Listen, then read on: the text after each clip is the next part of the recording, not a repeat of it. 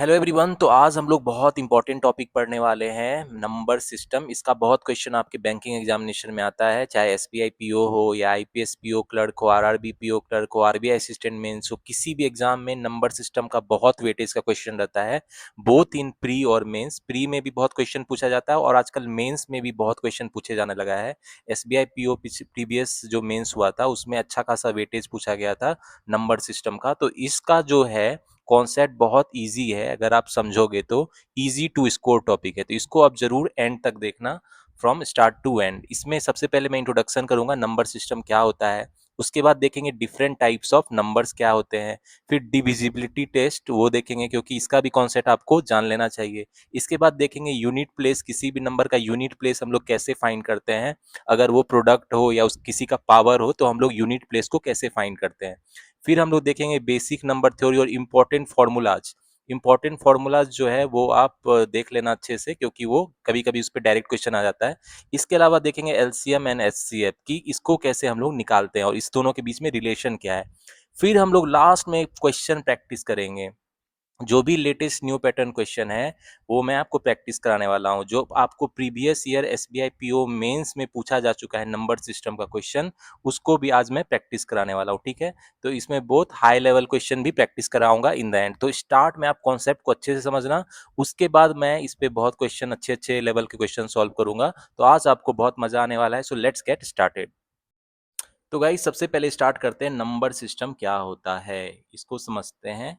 तो जनरली आप स्कूल से ही पढ़ते आ रहे हो, सबसे पहले हम लोग स्कूल में अल्फ़ाबेट और नंबर सिस्टम ही सीखते हैं। ठीक है, तो ये एक ऐसा सिस्टम होता है, नंबर सिस्टम क्या होता है, ऐसा सिस्टम होता है जिसमें we study different type of number. ठीक है, जिसमें हम लोग डिफरेंट टाइप्स ऑफ नंबर को पढ़ते हैं इस सिस्टम में, इसी को क्या हम लोग कहते हैं, नंबर सिस्टम। ठीक है, और सिर्फ डिफरेंट टाइप्स ऑफ नंबर्स ही नहीं पढ़ते हैं, हम लोग ये भी देखते हैं कि उस नंबर्स के बीच में क्या रिलेशनशिप है। ठीक है, डिफरेंट नंबर के बीच में जो हम लोग रिलेशनशिप है वो भी देखते हैं, एंड रूल्स जो उसको गवर्न करता है। ठीक है, रूल्स जो गवर्न करता है उस नंबर को, रूल्स गवर्न जो करता है उसको भी हम लोग देखते हैं। तो इसको हम लोग क्या कहते हैं, नंबर सिस्टम।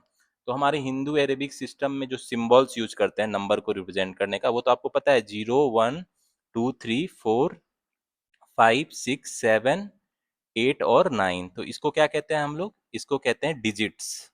ये क्या होता है हमारा, 0 to 9, जिसको डिजिट्स कहते हैं। तो कोई नंबर का फॉर्मेशन 0 to 9 इसी से होता है। इसमें जीरो को जो है इसको बोलते हैं इनसिग्निफिकेंट डिजिट। ठीक है, इनसिग्निफिकेंट डिजिट बोलते हैं इसको। और बाकी जो हमारा 0 to 1 to 9 है, इसको हम लोग क्या बोलते हैं, इस सब को बोलते हैं सिग्निफिकेंट डिजिट। तो ये डिफाइन किया गया है, ये आपको पता होना चाहिए। ठीक है, लेकिन जीरो का इंपॉर्टेंस क्या होता है, बहुत इंपॉर्टेंट नंबर है। अगर किसी भी नंबर को जीरो से मल्टीप्लाई करेंगे तो वो जीरो हो जाए, चाहे वो नंबर कितना भी बड़ा हो। और किसी में नंबर में जीरो को ऐड करेंगे तो उसकी वैल्यू बढ़ते जाती है उतना टाइम्स। तो इसकी बहुत इंपॉर्टेंस है। ठीक है, अब हम लोग देखते हैं, अब डिफाइन करते हैं, एक टर्म आता है जो बहुत इंपॉर्टेंट है आपको जानना, उसको क्या बोलते हैं, न्यूमरल्स। तो न्यूमरल्स क्या होता है, देखो न्यूमरल्स क्या होता है ये देखते हैं। अब देखो, किसी भी जो होता है सेट ऑफ डिजिट को रिप्रेजेंट करने का एक सिस्टमैटिक वे में, उसको हम लोग क्या बोलते हैं, न्यूमरल्स। तो numerals is basically representing A number. किसी भी नंबर को हम लोग किस तरह लिखते हैं, representing A number in A systematic manner, representing A number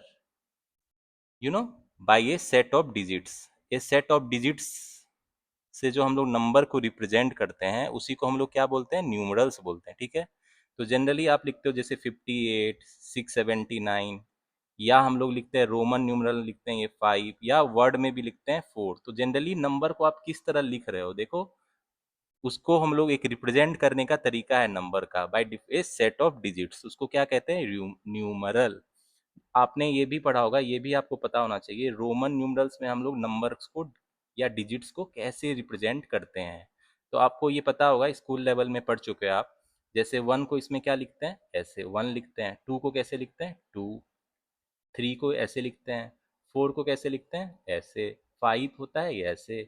फिर 6, इसी तरह 7, और क्या हो गया, 8। ठीक है, और ये क्या हो गया आई एक्स, ये हो गया 9 और ये क्या हो गया 10। ठीक है, तो ये है रोमन न्यूमरल्स, मतलब नंबर को लिखने का जो तरीका है वो रोमन न्यूमरल है, अकॉर्डिंग टू रोमन न्यूमरल्स। ठीक है, और इसकी वैल्यू अभी भी वही है, 1 2 3 ऑनवर्ड्स ऐसे करके 10 तक। ठीक है, तो ये है रोमन न्यूमरल लिखने का तरीका। आगे आप देखते हैं जो बहुत इंपॉर्टेंट है, place value and face value. ठीक है, प्लेस वैल्यू क्या है और फेस वैल्यू क्या है। ठीक है, तो किसी भी सेट ऑफ डिजिट्स में फेस वैल्यू क्या होता है और प्लेस वैल्यू क्या होता है ये देखते हैं। सबसे पहले देखते हैं फेस वैल्यू। ठीक है, किसी भी नंबर का, सिस्टम का फेस वैल्यू क्या होता है। तो देखो मैं एग्जांपल से समझाता हूँ, आपको इजी वे में समझ आ जाएगा। देखो एक नंबर में लिख देता हूँ, ठीक है, 368 729। इसमें देखो इस नंबर में जो है आपको कोई भी पूछेगा कि 8 का फेस वैल्यू क्या है, तो 8 का फेस वैल्यू 8 ही होगा। कोई पूछेगा 2 का फेस वैल्यू क्या है, तो 2 ही होगा। मतलब किसी भी डिजिट का फेस वैल्यू क्या होता है, डिजिट इटसेल्फ इररिस्पेक्टिव ऑफ उसका प्लेस। ठीक है, तो फेस वैल्यू में क्या होता है, किसी भी डिजिट का फेस वैल्यू क्या होता है, अगर इसको डिफाइन करना होगा तो face value of A digit is the value of digit itself, मतलब उसका डिजिट का ही वैल्यू इटसेल्फ है। ठीक है, value of digit itself irrespective of its place. इसके प्लेस से मतलब नहीं है, वो कहीं भी हो उसका जो एक्चुअल वैल्यू है वही उसका क्या होता है, face value of its place itself irrespective irrespective of its place in the numeral of its place in the numeral. ठीक है, इस तरह हम लोग इसको डिफाइन करते हैं।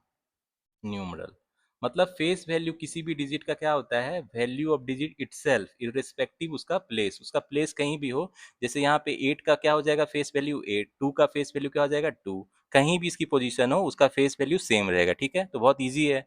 लेकिन अब ये अच्छे से समझना, प्लेस वैल्यू बहुत इंपॉर्टेंट है, इस पे आपको थोड़ा सा दिमाग लगाना होगा। ये प्लेस वैल्यू, इसको हम लोग लोकल वैल्यू भी बोलते हैं। ठीक है, लोकल वैल्यू, तो इसको मैं एग्जांपल से समझाऊंगा तो आपको समझ आ जाएगा इजीली। ठीक है, तो एक डिजिट लेते हैं हम लोग। ठीक है, एक डिजिट लेते हैं 62843017।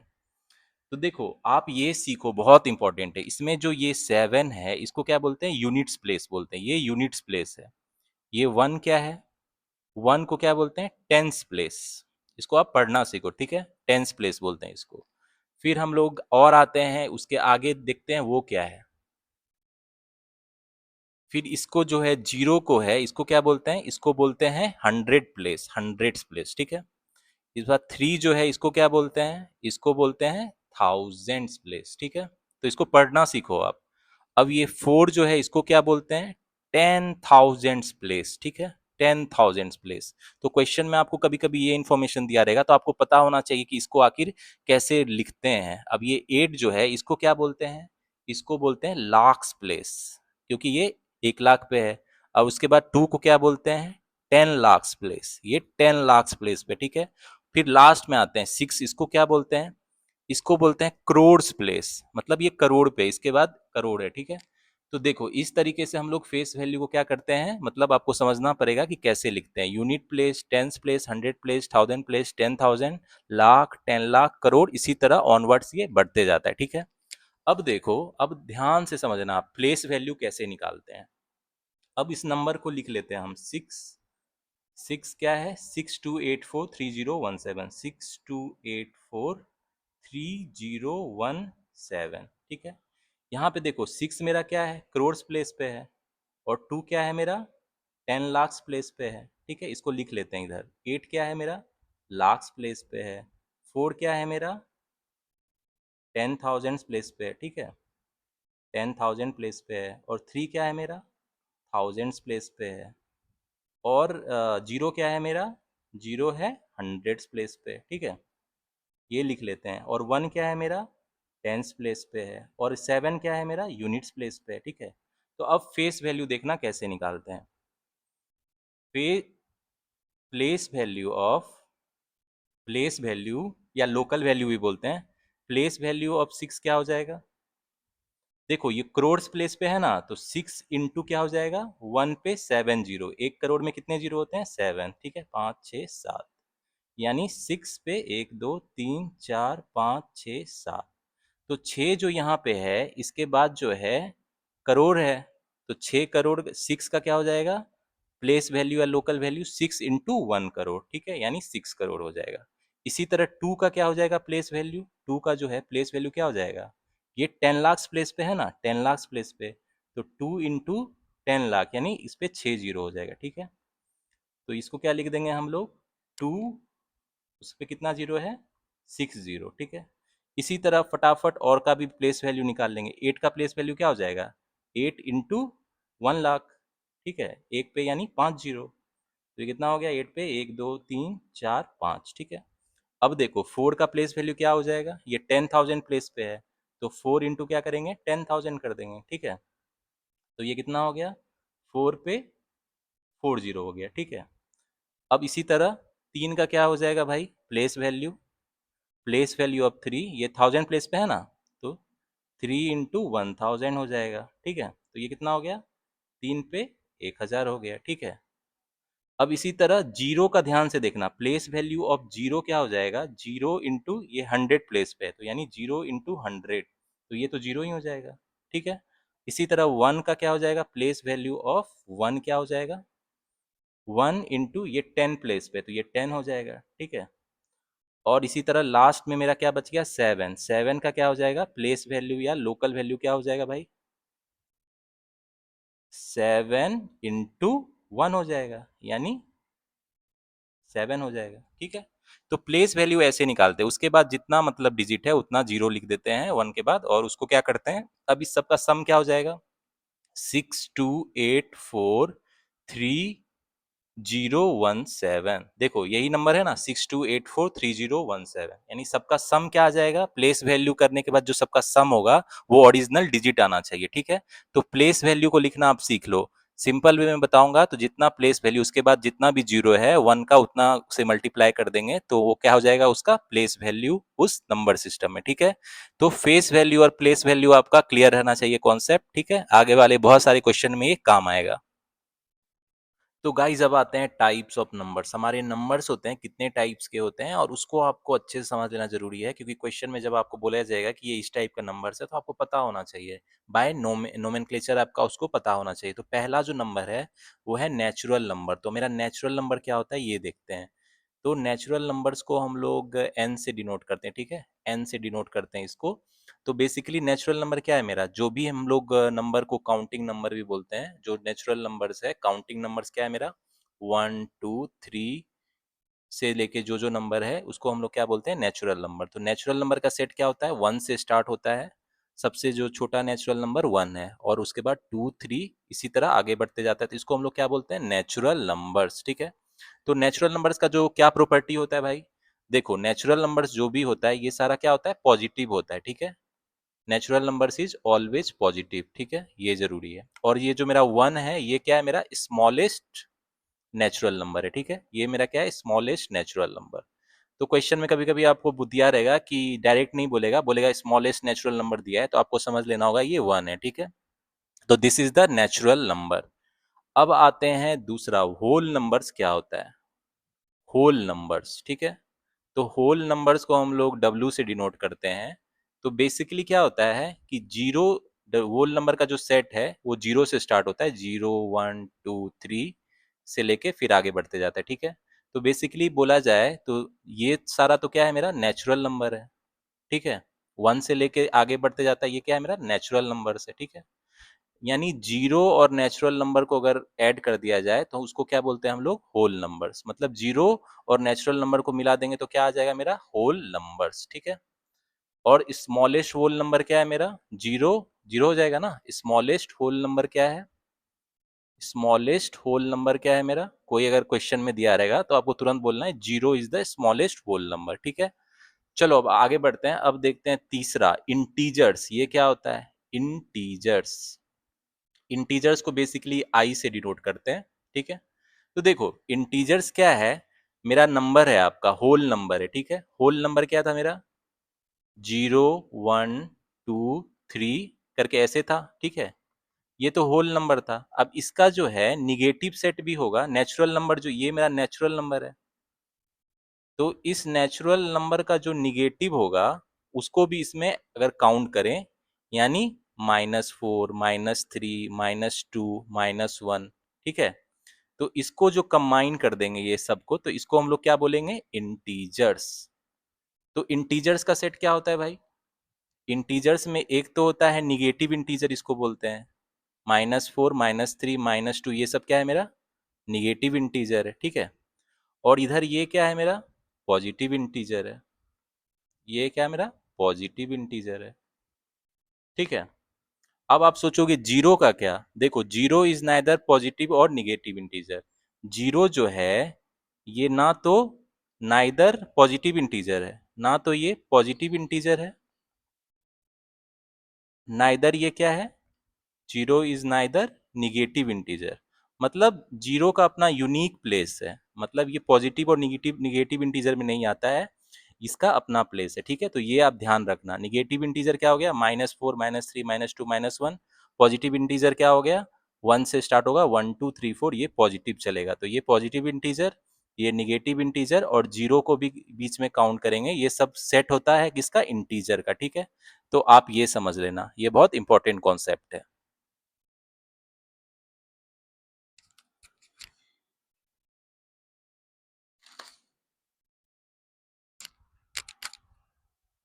तो गाइज अब आते हैं फोर्थ टाइप का नंबर, इवन नंबर्स। तो बहुत इजी है, आपको ऑलरेडी पता होगा इवन नंबर्स क्या होता है भाई। देखो इवन नंबर्स का सेट हम लोग कैसे लिख सकते हैं, जो 2 4 6 8 जो ऐसे आगे बढ़ जाता है, ये तो इवन नंबर होता है। मतलब जो भी नंबर होता है, कोई भी नंबर अगर डिविजिबल बाई 2 हो तो उसको हम लोग क्या बोलते हैं, इवन नंबर, ठीक है। Which is number which is divisible by 2, जैसे ये सेट है, इसको क्या बोलते हैं, इवन नंबर। तो एक और बात जरूरी है कि unit place of every even number जो होता है, ये आप ध्यान में रखना, द यूनिट्स प्लेस। अभी आपको बताया था यूनिट्स प्लेस क्या होता है, ठीक है। तो किसी भी इवन नंबर का जो यूनिट प्लेस है उसको हम लोग कैसे लिखते हैं, ये भी मैं आपको बता देता हूँ, ठीक है। देखो the units place of every even number जो होता है, उसको हम लोग क्या होगा, उसको उसके एंड में क्या आ जाएगा, 0 आएगा, 2 आएगा, 4 आएगा, 6 आएगा या 8 आएगा। तो किसी भी इवन नंबर का जो मतलब सेट होगा उसके लास्ट में क्या आएगा, 0 आएगा, 2 आएगा, 4 आएगा, 6 आएगा, 8 आएगा। तो सिंपल कॉमन सेंस की बात है, ठीक है। अब एक और नंबर का कॉम्बिनेशन है जिसको हम लोग बोलते हैं ऑड नंबर। ऑड नंबर क्या होता है भाई, तो ये भी बहुत ईजी है। ऑड नंबर्स क्या होता है, ये जो मेरा सेट है 1 3 5 7, बेसिकली नंबर जो 2 से डिविजिबल नहीं है उसको हम लोग क्या बोलते हैं, ऑड नंबर। मतलब ऑड नंबर क्या होता है, ऐसा नंबर होता है which is not divisible by 2, जो 2 से डिविजिबल नहीं हो, ठीक है, उसको हम लोग क्या बोलते हैं, ऑड नंबर, ठीक है। जो 2 से डिविजिबल नहीं हो सिंपली, तो वो क्या हो गया, ऑड नंबर। तो यूनिट प्लेस ऑफ क्या होगा, ये भी देख लो, units place of every odd number क्या होगा, the units place of every odd numbers will be, क्या होगा, मतलब ऑड नंबर के यूनिट प्लेस में क्या रहेगा, या तो मेरा 1 रहेगा या 3 रहेगा या 5 रहेगा या 7 रहेगा या 9 रहेगा। तो वो मतलब अगर नंबर इससे एंड हो तो वो क्या हो गया, मेरा ऑड नंबर हो जाएगा, ठीक है। तो बहुत सिंपल है। अब आगे बढ़ते हैं, प्राइम नंबर बहुत इंपॉर्टेंट है, इसका जो है कॉन्सेप्ट बहुत क्वेश्चन में रहता है, मेंस वाले क्वेश्चन में भी प्राइम नंबर्स का आपको कॉन्सेप्ट देखने को मिलेगा, ठीक है। तो इसको ध्यान से समझना, प्राइम नंबर्स क्या होता है। तो देखो ऐसा नंबर जो या तो 1 से डिविजिबल हो या इटसेल्फ से डिविजिबल हो, तो उसको क्या बोलते हैं हम लोग, प्राइम नंबर। मतलब प्राइम नंबर क्या होता है, numbers which is divisible by numbers which is divisible by 1 और itself, या तो 1 से डिविजिबल हो या इटसेल्फ से डिविजिबल हो, तो उसको क्या बोलते हैं, प्राइम नंबर। तो प्राइम नंबर का सेट हम लोग कैसे डिनोट करते हैं, प्राइम नंबर चलो p मान लेते हैं, इसको p को हम लोग कैसे रिप्रेजेंट करते हैं, प्राइम नंबर 2 से स्टार्ट होता है, 2 या तो 1 से डिविजिबल है या 2 से डिविजिबल है, ठीक है। 3 या तो 1 से डिविजिबल है या 3 से डिविजिबल है, तो ये प्राइम नंबर हो जाता है, ठीक है। फिर 5 7 11 13 ऐसे ये आगे बढ़ते जाता है, ठीक है। तो देखो एक और सबसे इंपॉर्टेंट बात है, टू जो होता है ये ओनली इवन नंबर है, ओनली इवन नंबर है जो कि प्राइम है, ठीक है। ये बहुत ध्यान, ये क्वेश्चन में आपको पूछ सकता है, आपको हिंट्स दिया रहेगा, आपको कॉमन सेंस से ये डिसाइड करना होगा कि only even number which is prime जो क्या है वो है टू। ये ध्यान में रखना, ठीक है। और एक और बात ध्यान में देखना कि ए प्राइम नंबर जो होता है, a prime number is always greater than one. Prime number is always greater than one, एक से हमेशा ज्यादा होता है, ठीक है। तो आपको एक क्वेश्चन आ रहा होगा क्या वन प्राइम नंबर है कि नहीं, तो ये भी मैं आपको बता देता हूँ। वन जो है is not a prime number, one prime number नहीं है। तो आप पूछोगे क्यों, अब आपको ये तो पूछना पड़ेगा क्यों। देखो, वन जो क्या है, वन तो वन से ही डिविजिबल है, तो ये डेफिनेशन में आओगे तो number which is divisible by one और इटसेल्फ, तो इसमें तो ये एक ही हुआ कॉम्बिनेशन, ये वन से ही डिविजिबल है, तो it is not a prime number, ठीक है। One is not a prime number, one unique number है, ठीक है, प्राइम नंबर नहीं है। और जो है हमारा लो थ्री जो है, ये लोएस्ट ऑड प्राइम नंबर है, ठीक है। लोएस्ट ऑड प्राइम नंबर क्या है, मतलब ऑड नंबर का जो सबसे स्मॉल पार्ट जो कि प्राइम नंबर है वो क्या है, थ्री है, ठीक है। तो ये भी ध्यान में रखना, क्वेश्चन में आपको ये दिया रहेगा, आपको वो डेसिफर करना पड़ेगा, ठीक है। एक और बात है कि एक और चीज आप ध्यान में देखना कि एवरी प्राइम नंबर्स, ये आपको ट्रिक है जो आपको पता होना चाहिए। Every prime numbers greater than three, जो तीन से बड़ा हो, ठीक है, कैन बी रिप्रेजेंटेड बाई, उसको हम लोग कैसे लिख सकते हैं भाई, तो ये बहुत ध्यान से आप याद रखना, can be represented by six n plus one, उसको ऐसे लिख सकते हैं सिक्स एन प्लस वन, जहां पे एन क्या है मेरा इंटीजर, ठीक है। मतलब उसको प्राइम नंबर जो तीन से बड़ा हो उसको हम लोग सिक्स एन प्लस वन लिख सकते हैं, जहां पे एन क्या होता है इंटीजर। जैसे अगर एन का वैल्यू वन दोगे तो क्या आ जाएगा प्राइम नंबर सेवन, एन का वैल्यू टू दे दो तो क्या आ गया तेरह, ये क्या है मेरा प्राइम नंबर है। तो याद रखना कि सिक्स एन प्लस वन ऐसे डिनोट करते हैं, ठीक है। तो अब आगे बढ़ते हैं कि how to test a prime number. अब कोई नंबर प्राइम नंबर है कि नहीं उसको कैसे टेस्ट करेंगे भाई, कैसे पता चलेगा अगर बड़ा नंबर है तो वो प्राइम नंबर ही है। How to test a number is prime और नॉट, कोई भी बड़ा नंबर प्राइम नंबर हो या नहीं है तो उसको कैसे टेस्ट करेंगे, तो इसको ध्यान से देखना। तो गाइस कोई नंबर प्राइम नंबर है या नहीं उसको कैसे टेस्ट करेंगे, ठीक है। मान लो एक नंबर दिया गया है मेरा, ठीक है, मान लो वो p। तो गाइस कोई नंबर प्राइम नंबर है या नहीं इसको कैसे टेस्ट करेंगे, तो इसको ध्यान से देखना। मान लो एक देखो नंबर दिया गया है मेरा 193 है, तो चेक करना है कि ये प्राइम नंबर है कि नहीं। तो इसको क्या है कि सबसे पहले जो इसका जो है रूट ले लेंगे, ठीक है, इसका स्क्वायर रूट ले लेंगे। तो ये जो होगा इसका नियरेस्ट जो नंबर होगा इसके पास का जो होल नंबर होगा उसको लेंगे, तो इसका जो नियरेस्ट होल नंबर क्या हो जाएगा 14 होगा, 14 ग्रेटर देन है ना 193 से, तो नियरेस्ट होल नंबर लेंगे जो इससे बड़ा हो, ठीक है। तो इस केस में 14 है। अब देखेंगे इसका जितना भी इससे 14 से कम जितना भी प्राइम नंबर है उसको लिख लेंगे। 14 से छोटा जितना प्राइम नंबर क्या है मेरा, 2 है, 3 है, 5 है, 7 है, 11 है, ठीक है, और 13 है। अब अगर ये नंबर जो है इससे डिविजिबल है तो ये क्या होगा, प्राइम नहीं है, और अगर नहीं डिविजिबल है तभी प्राइम होगा। तो इसमें ये तो किसी से भी डिविजिबल है, एक बार चेक कर लेंगे। तो ये किसी से भी डिविजिबल नहीं है, तो ये मेरा 193 क्या है मेरा प्राइम नंबर है, ठीक है। बहुत सिंपल है, कोई इतना आपको थोड़ा ध्यान रखना पड़ेगा कि देखो फिर से बताता हूं, अगर जनरलाइज अगर बोला जाए तो मान लो देखो कोई नंबर मेरा p दिया गया है, p मेरा कोई गिवन नंबर है, ठीक है, ध्यान से देखना। अब देखो ये मुझे डिसाइड करना है कि ये जो मेरा p है प्राइम नंबर है कि नहीं। तो इसमें क्या करेंगे हम लोग, जो इसका हम लोग क्या करेंगे होल नंबर देखेंगे, जो नियरेस्ट होल नंबर है,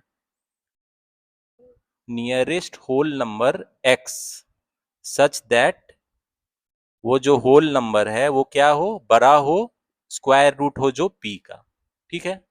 अब क्या करेंगे, दूसरा स्टेप क्या रहेगा मेरा, ये तो पहला स्टेप हो गया, दूसरा स्टेप करेंगे कि और जो लेंगे जितना भी प्राइम नंबर है जो x से छोटा हो, take all the prime numbers, take all the prime numbers less than और इक्वल टू x, ठीक है।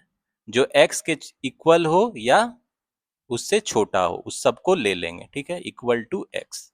और थर्ड स्टेप क्या होगा, if none of those divides, वो जितना भी वैल्यू आएगा, if none of those divides p exactly, मतलब उसमें से कोई अगर p को डिवाइड नहीं करेगा एग्जैक्टली तो वो क्या हो जाएगा, p इज क्या हो जाएगा, प्राइम, ठीक है।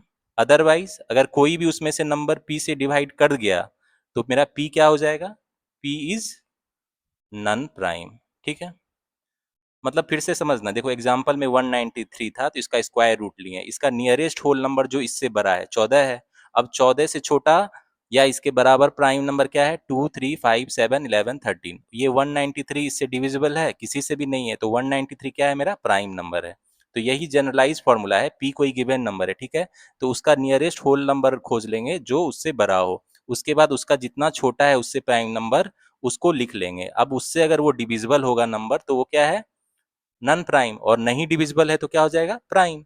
तो ये है टेस्ट करने का तरीका, कोई बड़ा नंबर दिया गया है तो आप कैसे बता सकते हो कि वो प्राइम है कि नहीं, तो ये स्टेप आपको पता होना चाहिए, ठीक है, इसको आप ध्यान में रखना। तो गाइज अब आते हैं कंपोजिट नंबर। कंपोजिट नंबर्स क्या होता है भाई, कंपोजिट नंबर्स, तो ये नोमेनक्लेचर आपको पता होना चाहिए, कभी क्वेश्चन में दिया रहे तो आपको ये नहीं सोचोगे कि ये क्या दे दिया भाई, ऐसा मत सोचना।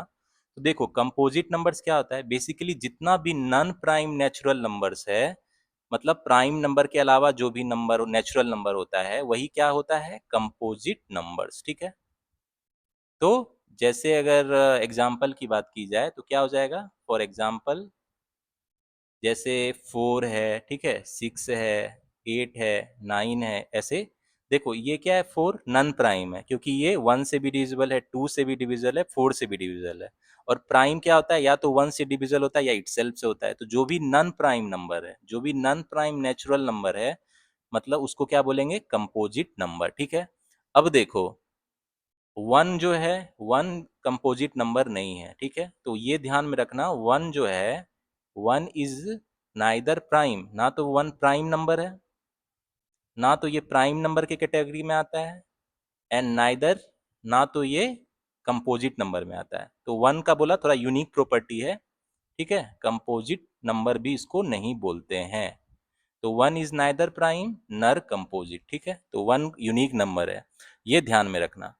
अब देखो, अब आते हैं, इंपॉर्टेंट है ये तो, और भी ज्यादा इंपॉर्टेंट है, इसको ध्यान में रखना, इसको बोलते हैं को प्राइम्स। को प्राइम्स क्या होता है भाई, देखो यदि टू नेचुरल नंबर जो है वो क्रो प्राइम कहा जाएगा, कब कहा जाएगा भाई, टू नेचुरल नंबर्स अगर कॉम्बिनेशन में दिया हो, इज सेड टू बी, उसको बोलेंगे हम लोग कि ये को प्राइम्स है, कब कहेंगे, is coprimes if there H C F is 1, उसका जो हाईएस्ट कॉमन फैक्टर है एच सी एफ, जिसको मैं आगे बताऊंगा आपको, अगर उसका एच सी एफ 1 है तो उसको हम लोग क्या बोलते हैं, को प्राइम। एग्जाम्पल से समझाता हूँ, आपको समझ में आ जाएगा। जैसे देखो दो नंबर है 15 और 16, इसका हाईएस्ट कॉमन फैक्टर क्या है, आगे मैं इसको बताऊंगा कैसे हम लोग निकालते हैं। इसका हाईएस्ट कॉमन फैक्टर तो 1 है, तो ये क्या हो जाता है, इसको हम लोग क्या बोलते हैं, को प्राइम, ठीक है, को प्राइम बोलते हैं इसको। या जैसे एक और नंबर देता हूँ, 7 और 9, इसका जो है highest common factor H C F जो है क्या है, 1 है, तो ये क्या हो जाएगा, को प्राइम। तो ये बहुत इंपॉर्टेंट कॉन्सेप्ट है, एग्जाम में आपको को प्राइम दिया रहेगा तो आपको पता होना चाहिए ये सेट ऑफ नंबर क्या होता है भाई, ऐसा नंबर जिसका हाईएस्ट कॉमन फैक्टर क्या है, 1 होता है, ठीक है, ये ध्यान में रखना। और एक और इम्पॉर्टेंट चीज है, को प्राइम नंबर्स क्या हो सकता है, को प्राइम नंबर्स जो है प्राइम हो भी सकता है, नहीं भी हो सकता है, ठीक है, तो ये भी ध्यान में रखना। को प्राइम देखो, यहाँ पे 15 और 16 है, तो ये दोनों क्या है मेरा, ये दोनों तो नन प्राइम है, और ये 7 और 9 है, जिसमें से 7 क्या है मेरा, प्राइम है, और 9 क्या है, नन प्राइम है। तो को प्राइम नंबर्स क्या हो सकता है, मे और मे नॉट भी प्राइम्स, मे और मे नॉट भी प्राइम्स हो भी सकता है, नहीं भी हो सकता है, ठीक है। तो बहुत इंपॉर्टेंट कॉन्सेप्ट है, को प्राइम नंबर आपको पता होना चाहिए जिसका एच सी एफ 1 हो, और ये प्राइम नंबर हो भी सकता है और नहीं भी हो सकता है, ठीक है। चलो आगे बढ़ते हैं।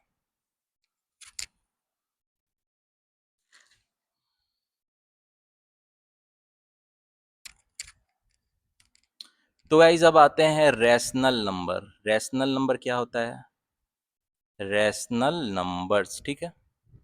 देखो कोई भी नंबर जिसको हम लोग p बाई क्यू के फॉर्म में लिखें तो उसको क्या बोलते हैं, रैशनल नंबर, जहां पे मेरा q is not equal to 0, ठीक है। तो किसी भी नंबर, जैसे एग्जांपल के लिए देखो 3/8 है, ठीक है, फ्रैक्शन में लिख रहे हैं, या 4/5 है, ठीक है, या 11/19 है, ये सब क्या हो गया मेरा रैशनल नंबर, जो p बाई क्यू के फॉर्म में हो, जहां q नॉट इक्वल टू 0, ठीक है। अब एक और आता है इर्रेशनल नंबर। इर्रेशनल नंबर क्या है भाई, इर्रेशनल नंबर्स वो क्या होता है, तो इर्रेशनल नंबर जो होता है, सिंपली बोले जिसको हम लोग p बाई क्यू के फॉर्म में नहीं लिख सकते हैं, we can not write number in the form of p by q, ठीक है। तो उसको क्या बोलते हैं, इर्रेशनल नंबर। जैसे एग्जांपल के लिए, फॉर एग्जांपल √2 जो है, √3 है, या पाई का जो वैल्यू है, ये सब क्या हो जाता है मेरा इर्रेशनल नंबर्स, ठीक है।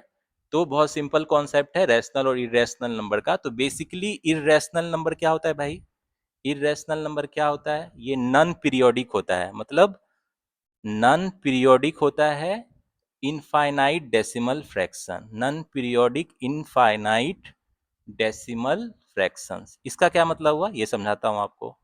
मतलब क्या है कि जैसे पाई का जो वैल्यू है, अगर इसको अगर आप एग्जैक्ट वैल्यू लिखोगे तो इसमें नंबर जो है वो नॉन पीरियोडिक है, मतलब बार बार रिपीट नहीं होता है, और इनफाइनाइट डेसिमल फ्रैक्शन है, मतलब डेसिमल के बाद वो चलते जाता है उसका वैल्यू इनफाइनाइट तक, मतलब नॉन पीरियोडिक है, नंबर नॉन रिपीटिटिव, और वो कंटिन्यू चलते जाता है इनफाइनाइट तक, जैसे √2 का वैल्यू, √3 का वैल्यू, तो उसको क्या बोलते हैं, इर्रेशनल नंबर, ठीक है। तो होपफुली आप समझ गए होंगे। अब आते हैं रियल नंबर। रियल नंबर क्या है भाई, रियल नंबर, रियल नंबर्स क्या है, इसको आर से डिनोट करते हैं। तो रियल नंबर्स क्या आता है मेरा, तो रियल नंबर्स क्या है मेरा, देखो रैशनल नंबर और इर्रेशनल नंबर दोनों को मिला के जो नंबर्स होता है, रैशनल नंबर्स जितने भी है, ठीक है, और इर्रेशनल नंबर जितने भी है, उस सब के जो ग्रुप को क्या कहते हैं हम लोग, रियल नंबर्स कहते हैं। यानी रियल नंबर्स का मेरा ग्रुप क्या हो गया भाई, जिसमें ये रैशनल नंबर भी आ रहा है, ठीक है, और जिसमें इर्रेशनल नंबर भी आ रहा है मेरा, ठीक है। तो इसको हम लोग क्या बोलेंगे, इस ग्रुप को हम लोग क्या बोलेंगे, जिसमें रैशनल नंबर इरेशनल नंबर दोनों हो, ये हो जाता है रियल नंबर्स, ठीक है। तो ये क्या हो गया, रियल नंबर्स। तो रियल नंबर्स बेसिकली क्या है, रैशनल नंबर और इरेशनल नंबर को कंबाइन कर देते हैं, तो उसको क्या बोलते हैं, रियल नंबर्स। तो होपफुली आपको समझ में आ गया होगा, these are the different type of numbers जो आपको पता होना चाहिए। अब हम लोग बढ़ते हैं डिविजिबिलिटी टेस्ट, मतलब नंबर डिविजिबल है वो हम लोग कैसे पता करेंगे, ठीक है। चलो आगे बढ़ते हैं। तो गाइज अब आते हैं डिविजिबिलिटी टेस्ट, ये भी बहुत ज़रूरी है और ये आपको पता होना ही चाहिए, ठीक है। तो ये बहुत इंपॉर्टेंट कॉन्सेप्ट है। तो इसमें देखेंगे हम लोग, सबसे पहले देखते हैं डिविजिबिलिटी बाई 2। कैसे पता चलेगा कि कोई नंबर मतलब 2 से डिविजिबल है कि नहीं, ठीक है। तो ये ध्यान से देखना, डिविजिबिलिटी बाई 2 इसका क्या कंडीशन है। तो देखो कोई भी नंबर का अगर लास्ट डिजिट आइदर 0 हो, ठीक है, कोई भी जो नंबर है, कोई भी मेरा सेट ऑफ नंबर्स दिया गया, ठीक है, कोई नंबर है, उसका जो लास्ट डिजिट है, उसका जो लास्ट डिजिट है या तो 0 हो या कोई इवन नंबर हो, कोई इवन नंबर हो, तो वो 2 से क्या हो जाएगा, डिविजिबल हो जाएगा, ठीक है। जैसे आपका 48 है, ठीक है, 396 है, 1500 है, ठीक है, या 382 है, तो ये सब नंबर 2 से डिविजिबल होगा भाई। देखो लास्ट में जो है इसका यूनिट प्लेस पे जो नंबर है वो क्या है, इवन है या 0 है, तो ये क्या हो जाता है, 2 से क्या बोलेंगे, डिविजिबल है ये, ठीक है। तो ये रूल है कि मतलब यूनिट प्लेस पे जो नंबर है, लास्ट डिजिट जो है वो 0 होना चाहिए या कोई इवन नंबर होना चाहिए। इवन नंबर मतलब या 2 होना चाहिए या 4 होना चाहिए या 6 या 8, तो वो नंबर क्या हो जाएगा मेरा, 2 से डिविजिबल हो जाएगा, ठीक है। तो बहुत सिंपल रूल है। अब आगे बढ़ते हैं, 3 से डिविजिबिलिटी का क्या रूल है, कैसे पता करेंगे कोई नंबर मेरा 3 से डिविजिबल है कि नहीं, ठीक है। डिविजिबिलिटी बाई 3 उसका क्या टर्म एंड कंडीशन है। तो देखो इसका बहुत इंपॉर्टेंट है, ध्यान से देखना। जब भी कोई नंबर का व्हेन सम ऑफ डिजिट्स जो है, ठीक है, व्हेन सम ऑफ डिजिट्स किसी भी नंबर का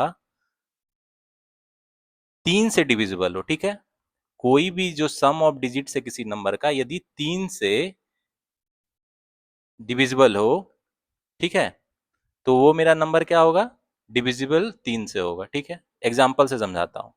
जैसे एक नंबर दिया गया है आपको 1233, तो इसमें क्या करोगे, आप सम ऑफ डिजिट्स निकाल लोगे इस नंबर का। क्या है सम ऑफ डिजिट्स, 1+2+3+3, यानी कितना हो गया 9।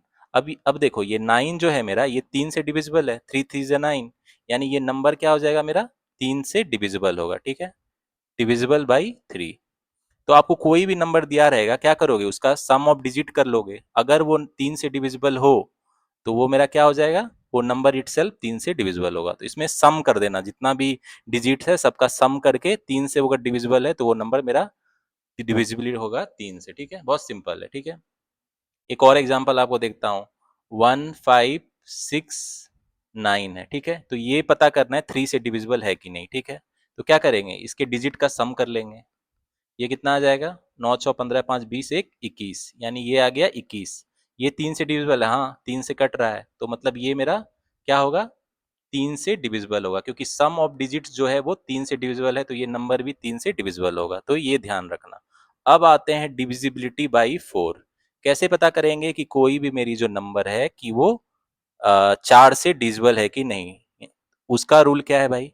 तो देखो, किसी भी नंबर का जो लास्ट टू डिजिट है उस पे ध्यान देंगे। किसी भी नंबर का जो लास्ट टू डिजिट है, अगर वो अगर 4 से डिविजिबल है, ठीक है, ठीक है, किसी भी नंबर का जो लास्ट टू डिजिट है अगर 4 से डिविजिबल है तो वो क्या हो जाएगा, वो नंबर मेरा 4 से डिविजिबल होगा, ठीक है। ये हो गया, जैसे आपका नंबर है, जैसे देख लो 6428, ठीक है। तो इसमें देखोगे तो ये 28 आपका 4 से डिविजिबल है ना, 4 7 जा 28, मतलब ये मेरा क्या हो जाएगा, 4 से डिविजिबल होगा, ये होल नंबर जो पूरा नंबर है 4 से डिविजिबल होगा। और देख लेते हैं, जैसे 3 5 6 3 2 दिया रहेगा, ये बोलेगा 4 से डिविजिबल है कि नहीं। इसका लास्ट टू डिजिट देखेंगे, ये 4 से डिविजिबल है, हाँ है, 4 8 32, तो ये नंबर होगा डिविजिबल बाई 4, ठीक है।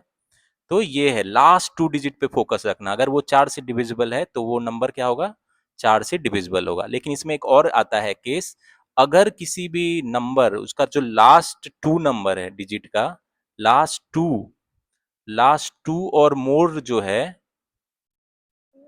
जीरो हो, ठीक है, एट द एंड, मतलब दो या दो से ज्यादा जीरो हो किसी भी नंबर के एंड में, तो वो भी मेरा क्या हो जाएगा, डिविजिबल होगा 4 से। जैसे 3400 है, तो इसमें देखो लास्ट में 2 डिजिट है जो 0 है, तो यानी ये 4 से क्या हो जाएगा, डिविजिबल हो जाएगा।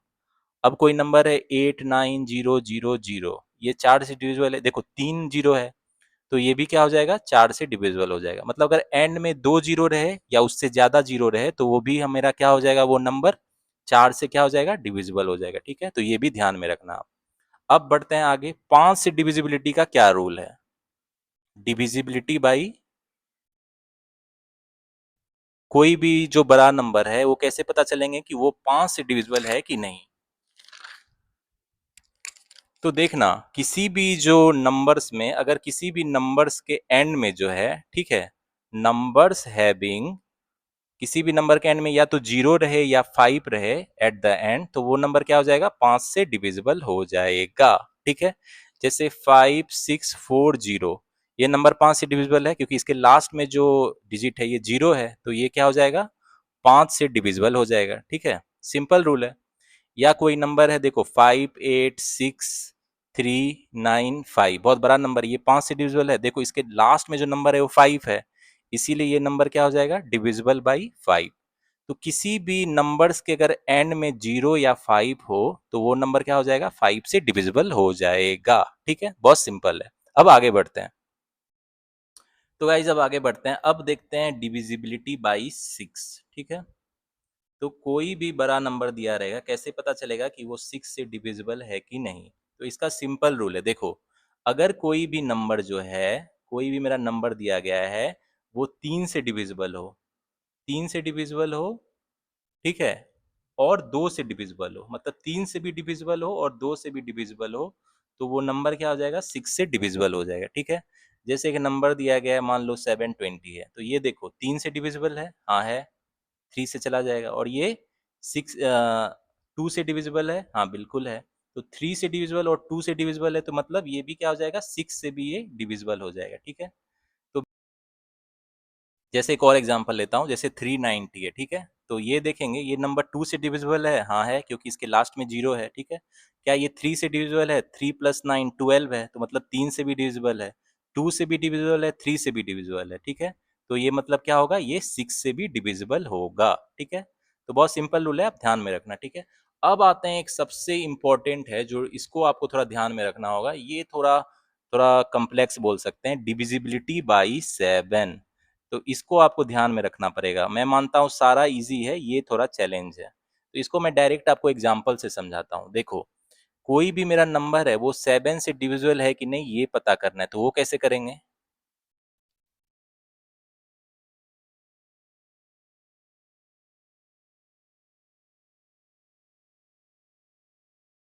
देखो, एक नंबर लेता हूँ, एग्जांपल लेता हूँ।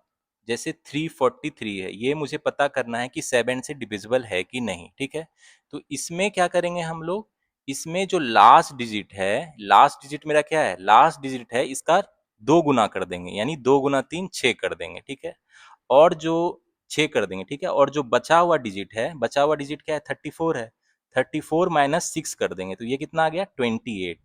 तो ये क्या मेरा 7 से डिविजिबल है? हाँ है, तो मतलब ये नंबर मेरा 7 से डिविजिबल होगा। मतलब जैसे कोई भी नंबर दिया रहे, एक और नंबर लेते हैं।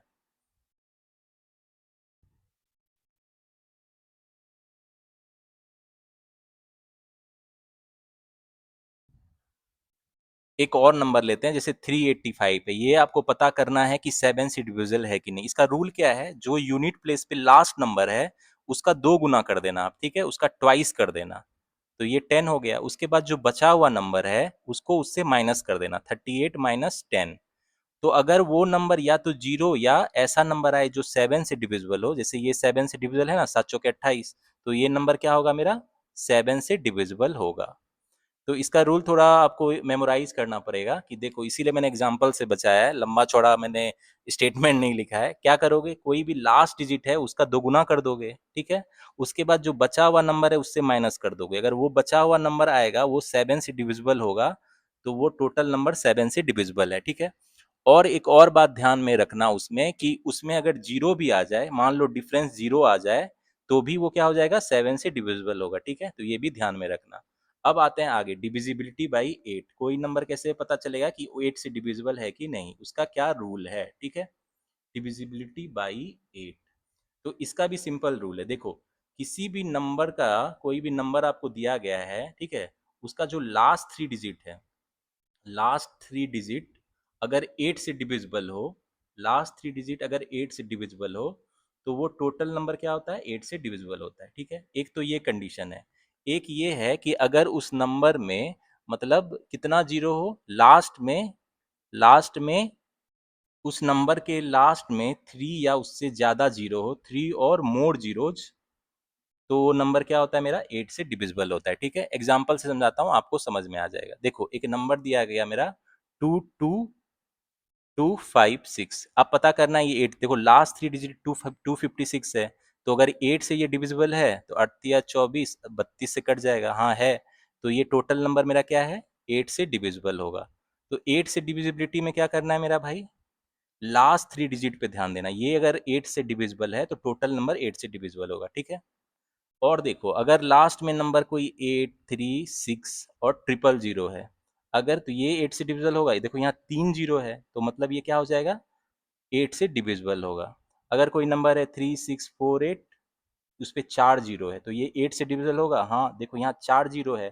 तीन, या अगर 3 या उससे ज्यादा जीरो है, तब भी वो क्या हो जाएगा? 8 से डिविजिबल होगा। तो ये रूल याद रखना बहुत इंपॉर्टेंट है। अब आगे बढ़ते हैं, डिविजिबिलिटी बाई 9। कोई नंबर कैसे पता चलेगा कि 9 से डिविजिबल है कि नहीं? तो ये बेसिकली सिंपल है, आपको मजा आएगा। ये सिंपल है, डिविजिबिलिटी बाई 9। तो देखो, कोई भी नंबर 9 से डिविजिबल है वो कैसे पता चलेगा भाई? तो देखो, कोई भी नंबर्स का यदि सम ऑफ डिजिट जो है, ठीक है, कोई भी नंबर्स जो का सम ऑफ डिजिट्स जो है, अगर वो 9 से डिविजिबल है, तो sum of digits is divisible by 9, ठीक है? सारे डिजिट का सम कर लेंगे, अगर वो 9 से डिविजिबल आ जाए तो वो 9 से क्या हो जाएगा? डिविजिबल आ जाएगा। जैसे आपको मैं एग्जांपल दे देता हूँ, ठीक है? एक नंबर है आपका 9368 819। क्या ये नंबर 9 से डिविजिबल है? तो इसका क्या करेंगे, सारी डिजिट का सम कर लेंगे। 9 plus 3 plus 6 plus 8 plus 1 plus 9, तो ये कितना हो जाएगा? 9 3 12 6 18 8 26 1 27 9 36। तो ये तो 9 से डिविजिबल है ना, 9 चौके 36, मतलब ये मेरा क्या हो जाएगा, 9 से डिविजिबल होगा। तो सम ऑफ डिजिट जो है अगर 9 से डिविजिबल है तो वो नंबर क्या होगा, 9 से डिविजिबल होगा। जैसे 5409, तो ये 9 से डिविजिबल है, तो सारा सम क्या हो जाएगा, 5 प्लस 4 प्लस 0 प्लस 9, ये कितना हो गया, 9 4 13 5 18। हाँ, तो 18 तो 9 9 से 2 बार में कट जाएगा, मतलब ये नंबर क्या है मेरा, डिविजिबल बाई 9 है। तो सम ऑफ डिजिट्स अगर 9 से अगर डिविजिबल है तो वो जो पूरा नंबर है 9 से डिविजिबल होगा। तो अब ये देखते हैं, एक लास्ट देख लेते हैं, डिविजिबिलिटी बाई 10, जो सबसे सिंपल है, वो तो आपको कॉमन सेंस से पता होगा ही होगा, ठीक है, कि कोई भी नंबर 10 से कैसे डिविजिबल है भाई।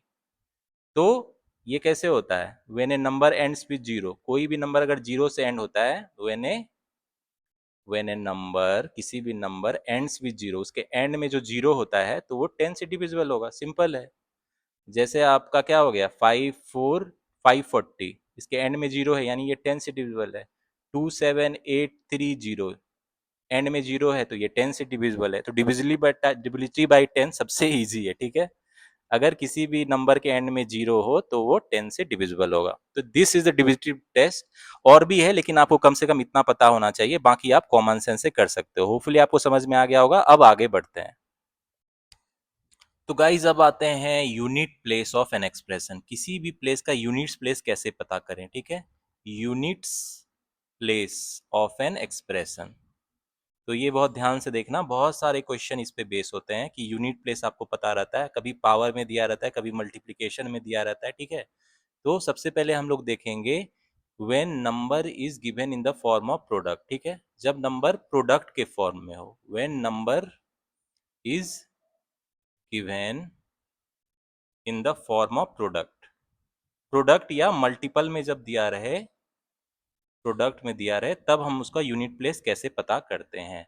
तो देखो एक नंबर है 206 इंटू 389, ठीक है, कोई रैंडम नंबर ले लो, 456 328 403। इसका आपको पता करना है, इसका मल्टीप्लिकेशन का यूनिट प्लेस कैसा होगा। तो कॉमन सेंस लगाओ, इसका जो यूनिट प्लेस है सारा का, इसको अगर आप मल्टीप्लाई कर दोगे और उसका जो यूनिट प्लेस होगा, ये सारे का वही होगा यूनिट प्लेस। मतलब यूनिट प्लेस पे क्या नंबर आएगा, तो 6 इंटू 9 इंटू 6 इंटू 8 इंटू 3, यानी क्या हो जाएगा, इससे 54 छः 8 अड़तिया 24 4 9 36 6। तो देखोगे यूनिट डिजिट पे 6 आ जाएगा आपको, कैसे, अड़तिया 24 फिर 4 9 36 और 6 से 6। तो इसका बहुत सिंपल है, अगर किसी भी प्रोडक्ट का आपको यूनिट नंबर पता करना हो तो उसका जो यूनिट डिजिट है उसको मल्टीप्लाई कर देना, ठीक है। अब उसके यूनिट डिजिट को मल्टीप्लाई करके जो एंड में आएगा वो क्या हो जाएगा, number at the end of digit, यानी यूनिट डिजिट पे वो नंबर आ जाएगा, ठीक है।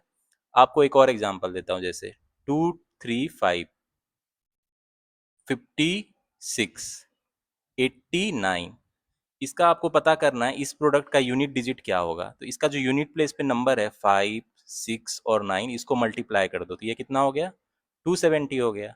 हो गया कि नहीं, यानी यूनिट प्लेस क्या हो जाएगा, यूनिट प्लेस पे जो नंबर होगा प्रोडक्ट का, जीरो हो जाएगा। तो जो भी प्रोडक्ट का यूनिट प्लेस पता करना हो एंड में, उसका जो यूनिट प्लेस है उसको क्या करेंगे, मल्टीप्लाई कर देंगे, और उसका जो यूनिट प्लेस पे आएगा वही नंबर क्या हो जाएगा, इसका भी यूनिट प्लेस के आएगा। तो ये था पता करने का यूनिट प्लेस जब नंबर प्रोडक्ट के फॉर्म में हो। अब एक और इसमें केस आता है कि number is in the given form of index हो। तो गाइज आप सेकेंड कंडीशन में आते हैं, जब जो मेरा नंबर है, when number is given in the form of index, ठीक है, when number is given in the form of index, तब उसका यूनिट के प्लेस कैसे पता करेंगे वो भी मैं आपको बता देता हूँ।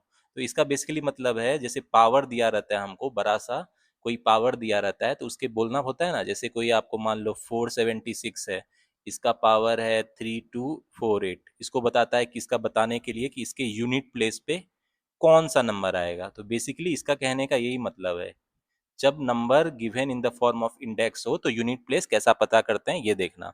तो देखो सबसे इसका जो इंपॉर्टेंट रूल है ये आप ध्यान में रखना, कि यदि यूनिट डिजिट का number, if the units digit का अगर नंबर बहुत इंपॉर्टेंट है, इसको आप ध्यान से देखना। If unit digits number are 0 हो, 1 हो या 5 और 6 हो तो रिजल्टेंट यूनिट डिजिट सेम रहता है, ठीक है। Then resultant unit digits remain same, units digit remain same. इसके कहने का क्या मतलब है भाई, यानी अगर किसी भी इंडेक्स में जैसे कोई नंबर है, जैसे आपका ये एग्जांपल ले लो ऊपर वाला 476 है, 476 का पावर 3248 है। तो देखो यहाँ पे यूनिट डिजिट में क्या है, 6 है। तो अगर यूनिट डिजिट के नंबर में 0 रहे, 1 रहे या 5 रहे या 6 रहे तो उसका जो रिजल्टेंट यूनिट डिजिट है वो सेम रहता है, मतलब वही आता है। तो इसका यूनिट डिजिट क्या हो जाएगा भाई, 6 ही आएगा, ठीक है। यूनिट डिजिट इसका क्या आ जाएगा, 6 ही आएगा। तो बहुत इंपॉर्टेंट रूल है, आपको पता होना चाहिए। और कोई नंबर है जैसे 3291, इसका पावर है 526, ये आपको पता करना है। तो यहाँ देखो, यहाँ यूनिट डिजिट 1 है तो इसका जो रिजल्टेंट यूनिट डिजिट क्या आ जाएगा, 1 ही आएगा, ठीक है। चाहे उसको कितना बार भी आप पावर कर लो, कितना बार भी मल्टीप्लाई कर लो, 1 ही आएगा। इसी तरह जैसे आपका एक नंबर है 925, इसका 84, ये क्या होगा। अब देखो रिजल्टेंट यूनिट 5 है तो इसका जो यूनिट डिजिट पे हमेशा क्या आएगा, 5 आएगा। कितना बार भी कर लो, 5 टाइम्स करते जाओगे 5 ही आएगा यूनिट प्लेस पे। एक और केस है, जैसे जनरली जैसे 800 है, उसका पावर 41, अगर यूनिट प्लेस पे 0 है भी क्या आ जाएगा, 0 आ जाएगा यूनिट डिजिट पे, ठीक है।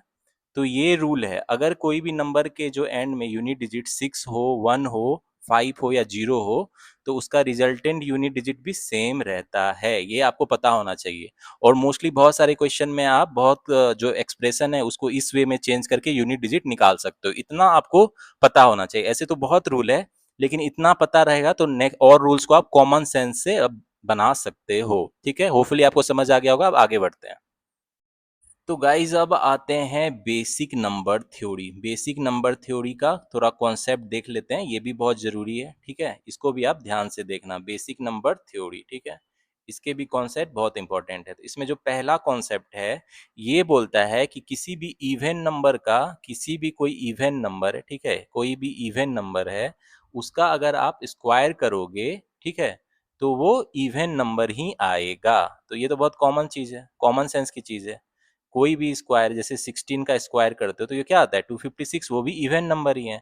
इसी तरह एक और रूल है, जैसे कोई भी ऑड नंबर है, कोई भी ऑड नंबर है उसका अगर आप स्क्वायर करोगे तो वो ही क्या आएगा, ऑड नंबर ही आएगा।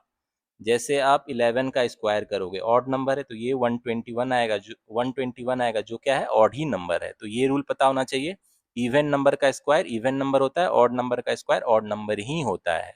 अब दूसरा रूल क्या है बेसिक नंबर थ्योरी का, कि अगर कोई भी नंबर को, अगर मान लो ये नंबर ऑब्टेन्ड बाय स्क्वायरिंग है, किसी भी नंबर को हम लोग स्क्वायर करेंगे, ठीक है, किसी भी नंबर को अगर स्क्वायर करेंगे, स्क्वायरिंग ए नंबर, ठीक है, तो उसके एंड में, उसके एंड में जो डिजिट है, कौन कौन डिजिट नहीं आ सकता है कभी भी, 2, 3, 7 और 8 एट इट्स यूनिट प्लेस।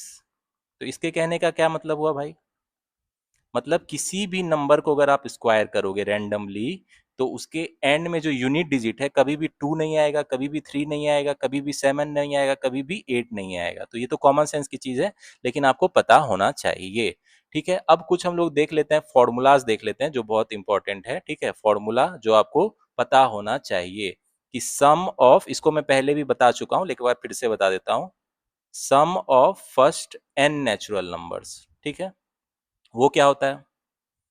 तो ये आपको बाय हार्ट पता होना चाहिए। नेचुरल नंबर मतलब एक से स्टार्ट होता है, दो तीन ऐसे आगे बढ़ता है तो एन तक जाता है, तो इसका सम क्या होता है भाई, इसका सम होता है एन इंटू एन प्लस 1/2, ठीक है। तो ये आपको पता होना चाहिए। अब सेकेंड में आते हैं, sum of first n odd numbers क्या होता है। तो यहाँ ये ध्यान रखना, सम ऑफ फर्स्ट है, फर्स्ट एन ऑड नंबर्स, ठीक है। Sum of first n odd numbers क्या होता है, इसके कहने का मतलब 1 + 3 + 5 ऐसे ऑड नंबर बढ़ते जाएगा तो इसका सम क्या होगा भाई, इसका सम हो जाएगा एन स्क्वायर, ठीक है। ये जरूरी है। अब देखना, sum of first n even numbers क्या हो गया, वो तो ऊपर वाला था ऑड नंबर का।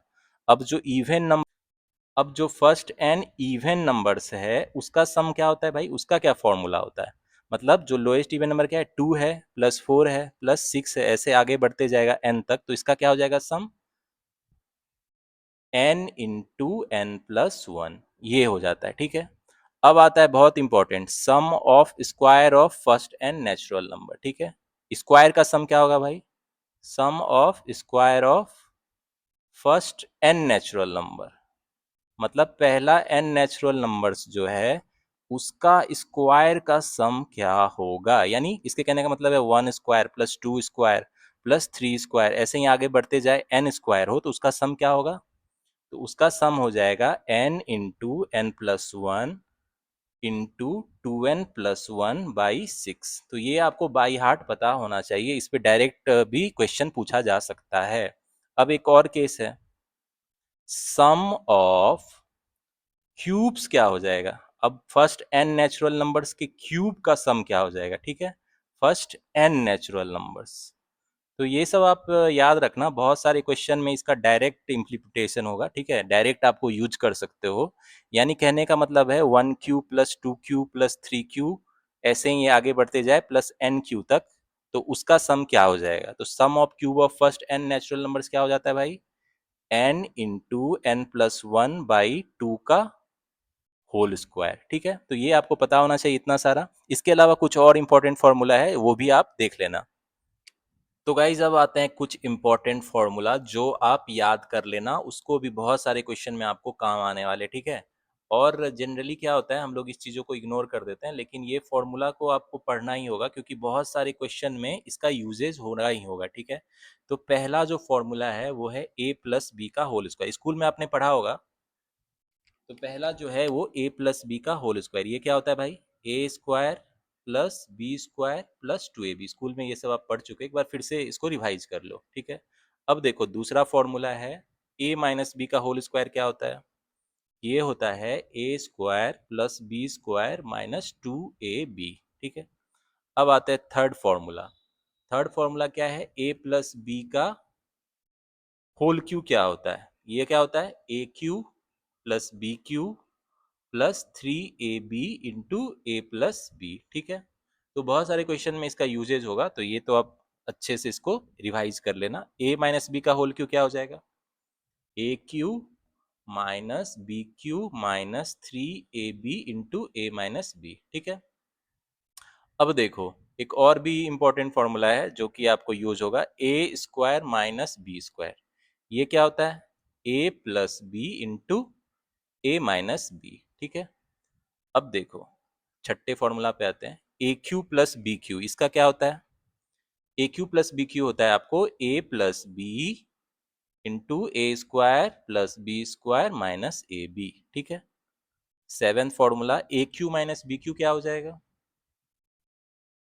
AQ - BQ क्या हो जाएगा भाई, a - b into a² + b² + ab।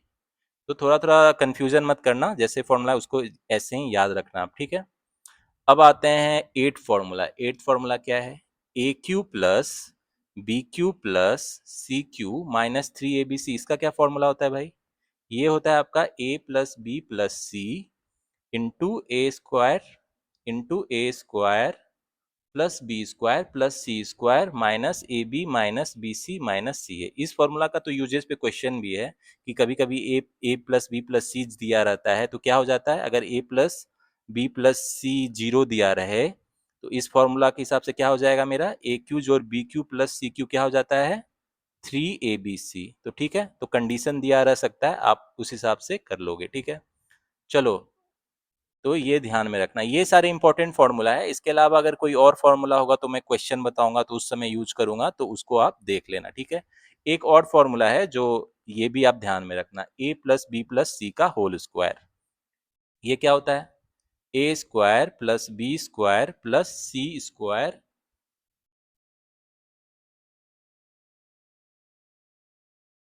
Plus 2 into AB plus BC plus CA। ठीक है, तो इसका भी स्पेशल केस होता है, अगर AB plus BC plus CA 0 दिया रहे, ठीक है, इफ मतलब अगर ऐसा दिया रहे तो मेरा क्या हो जाता है, a + b + c का होल स्क्वायर क्या हो जाता है मेरा, ये इक्वल टू हो जाता है a square plus b square plus c square. तो ऐसा स्पेशल गेस दे के क्वेश्चन में पूछ सकता है, तो इसको आप ध्यान में रखना। इतने फॉर्मूले हैं जो इंपॉर्टेंट है, ठीक है।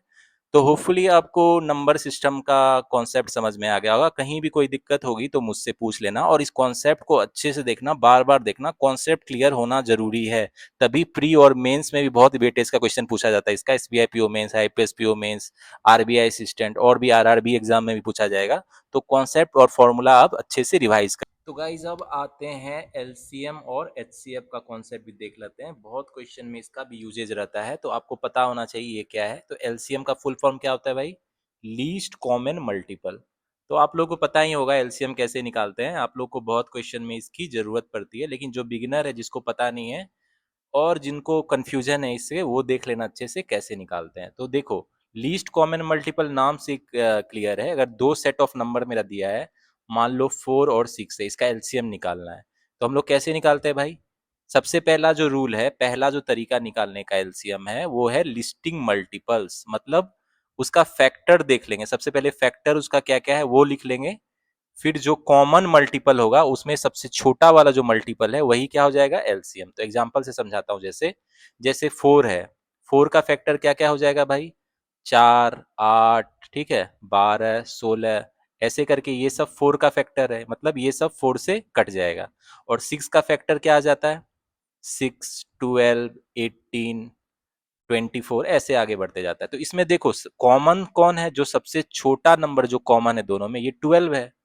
तो यही क्या हो जाता है? एलसीएम हो जाता है 4 और 6 का। तो लीस्ट कॉमन मल्टीपल, तो ये ध्यान में रखना। लीस्ट कॉमन मल्टीपल जो होता है दो नंबर का, उसको हम लोग क्या लेते हैं? एलसीएम कहते हैं। तो जैसे हम लोग को एलसीएम पता ही होता है, जैसे कोई भी डिजिट है, 12 और 18 है, इसका एलसीएम कैसे निकालते हो आप? इसको फैक्टर करते हो, दो छके 12, दो नमा 18, फिर 3 से करते हो, 3 दूना 6, 3 तिया 9। तो इसका क्या करते हो एलसीएम? 2 इंटू 3 इंटू 2 इंटू 3, यानी 36 हो जाएगा इसका एलसीएम। ऐसे ही निकालते हो ना फैक्टराइजेशन। तो मतलब यही फैक्टर करने का तरीका। एक और तरीका होता है एलसीएम निकालने का, जिसको बोलते हैं प्राइम फैक्टराइजेशन। तो नाम पे मत जाना, बहुत सिंपल है ये। प्राइम फैक्टराइजेशन क्या होता है, सिंपल वे में बताता हूँ। जैसे आपको नंबर है, एग्जाम्पल से ही बताता हूँ। 12 और 18 नंबर है, ठीक है। तो 12 को आप कैसे लिख सकते हो भाई? प्राइम फैक्टर्स में। मुझे इस नंबर को कैसे लिखना है? इसका जो फैक्टर है वो प्राइम फैक्टर्स में लिखना है। प्राइम नंबर तो आपको ऑलरेडी बता चुका हूँ। इसको क्या लिख सकते हैं? 2 का पावर 2, 3 का पावर 1। यहाँ 2 और 3 क्या है? प्राइम है ना नंबर, और उसका मल्टीपल उसका फैक्टर है। तो किसी भी नंबर को प्राइम फैक्टर्स में लिखेंगे, फिर उसका हम लोग आगे देखते हैं। 18 को कैसे लिख सकते हैं भाई? प्राइम फैक्टर में 2 का पावर 1 इंटू 3 का पावर 2 लिख सकते हैं ऐसे। अब इसमें क्या है, जो हाईएस्ट पावर होगा, इस दोनों का जो हाईएस्ट पावर होगा, दोनों का जो हाईएस्ट पावर होगा कॉमन, उसी का वही क्या हो जाएगा? एलसीएम हो जाएगा। तो इसमें हाईएस्ट पावर क्या कॉमन है? देखो, 2 का 2 स्क्वायर है और 3 का स्क्वायर है, तो यानी 36 हो जाएगा एलसीएम। तो दो नंबर का पहले प्राइम फैक्टर लिख लोगे, उसके बाद दोनों में जो हाईएस्ट पावर का कॉमन होगा, दोनों डिजिट का हाईएस्ट पावर का, वही क्या हो जाएगा? मेरा एलसीएम हो जाएगा। तो इसको प्राइम फैक्टराइजेशन मेथड बोलते हैं। अब आते हैं गाइज एचसीएफ। एचसीएफ मेरा क्या है और वो कैसे निकालते हैं? तो एचसीएफ का क्या होता है फुल फॉर्म? इसको बोलते हैं हाईएस्ट कॉमन फैक्टर, ठीक है। हाईएस्ट कॉमन फैक्टर मतलब दो नंबर दिया हुआ है, उसका जो हाईएस्ट कॉमन फैक्टर होगा वही क्या होता है? एचसीएफ, ठीक है। मान लो एग्जाम्पल के लिए 12 और 18 है, ठीक है। 12 और 18 है, तो इसका कैसे निकालेंगे? तो देखो, इसका भी पहला जो तरीका है एचसीएफ निकालने का, वो भी फिर से वही लिस्टिंग फैक्टर्स, जैसे एलसीएम में था कि इसका फैक्टर्स पहले देख लेंगे क्या क्या है, लिस्टिंग फैक्टर्स, ठीक है। जैसे 12 का अगर फैक्टर्स ऑफ 12 क्या क्या है भाई? फैक्टर्स ऑफ 12, इस केस में देखेंगे कौन कौन नंबर 12 से कटता है। जैसे फैक्टर्स ऑफ 12 क्या हो जाएगा? 1, 2, 3, 4, 6, 12, मतलब ये सब नंबर क्या है? 12 से, ये सब नंबर से 12 कट जाएगा, तो ये क्या हो जाएगा? Factors of 12। अब देखो 18 का फैक्टर क्या है भाई? फैक्टर्स ऑफ 18, वो क्या है? फैक्टर्स ऑफ 18 क्या है? 1 है, 2 है, 3 है, 6 है, 9 है और 18 है। तो इसमें देखो हाईएस्ट कॉमन फैक्टर क्या है? हाईएस्ट कॉमन फैक्टर तो 6 है ना, यही है ना हाईएस्ट कॉमन फैक्टर, दोनों में कॉमन और जो सबसे हाईएस्ट है वो 6 है। तो इस दोनों का क्या हो जाएगा, 12 और 18 का HCF क्या हो जाएगा, हाईएस्ट कॉमन फैक्टर 6। ठीक है, तो ये लिस्टिंग फैक्टर मेथड से निकाल सकते हैं, फैक्टर ले लेंगे और जो कॉमन में हाईएस्ट होगा वही क्या हो जाएगा, HCF। इसमें भी दूसरा एक मेथड है जिसको बोलते हैं प्राइम फैक्टराइजेशन, जैसे एलसीएम में था। प्राइम फैक्टराइजेशन में वही है कि प्राइम फैक्टर्स लेते हैं, ठीक है, किसी भी नंबर जो दिया है उसको हम लोग क्या लेते हैं, प्राइम फैक्टर्स। एग्जाम्पल देता हूँ आपको क्लियर हो जाएगा, ठीक है। तो एक एग्जाम्पल लेते हैं, 84 और 280 का HCF निकालना है आपको। तो 84 का जो है प्राइम फैक्टर कैसे लिखोगे आप, 2 दूना 4, तिया 12, सते 84। यहाँ 2 3 7 क्या है, प्राइम नंबर है और उसका मल्टीपल है तो प्राइम फैक्टर हो गया, ठीक है। 280 का प्राइम फैक्टर्स क्या हो जाएगा भाई, 280 का प्राइम फैक्टर्स क्या हो जाएगा, 2 3 जा 8, 47 जा 280, ठीक है। तो प्राइम फैक्टर पहले लिख लेंगे। अब इसमें कॉमन फैक्टर क्या है, कॉमन फैक्टर्स क्या है भाई इसमें, तो देखो कॉमन फैक्टर इसमें 2 स्क्वायर इंटू 7 है।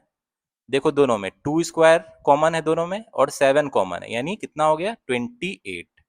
तो ये क्या हो जाएगा 28, यानी जो हो जाएगा कॉमन फैक्टर यही HCF हो जाएगा। ये क्या हो गया 84 और 280 का जो HCF है हाईएस्ट कॉमन फैक्टर वो 28 है, जिससे ये दोनों डिविजिबल है, ठीक है।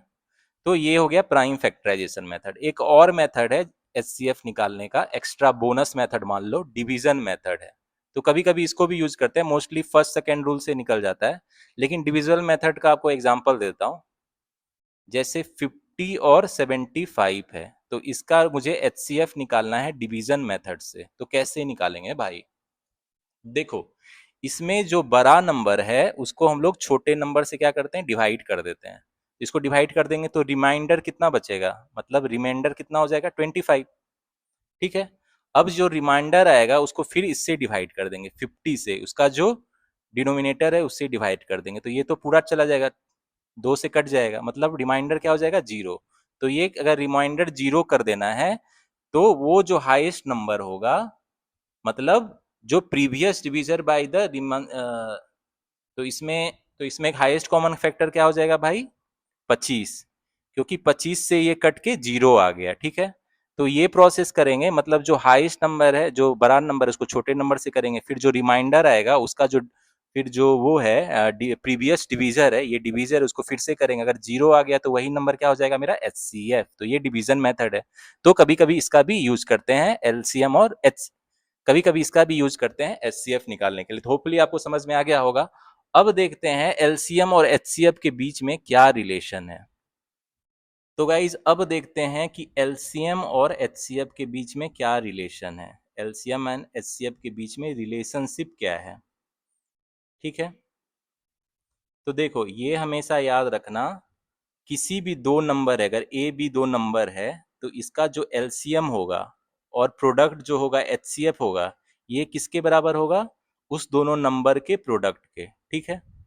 तो बहुत इंपॉर्टेंट रिलेशनशिप है, ये आप याद में रखना। जैसे आपको एक एग्जांपल देता हूँ, जैसे मान लो 12 एंड 18 है, तो इसका भाई HCF कितना निकाला था, इसका HCF क्या है भाई 6 हो जाएगा, और इसका LCM क्या है, LCM निकालेंगे तो इसका कितना हो जाएगा 12 18 का निकाल लो, LCM कितना हो जाएगा 12 18, 6 दूना 12, 6 तिया 18, यानी 36 हो जाएगा, ठीक है।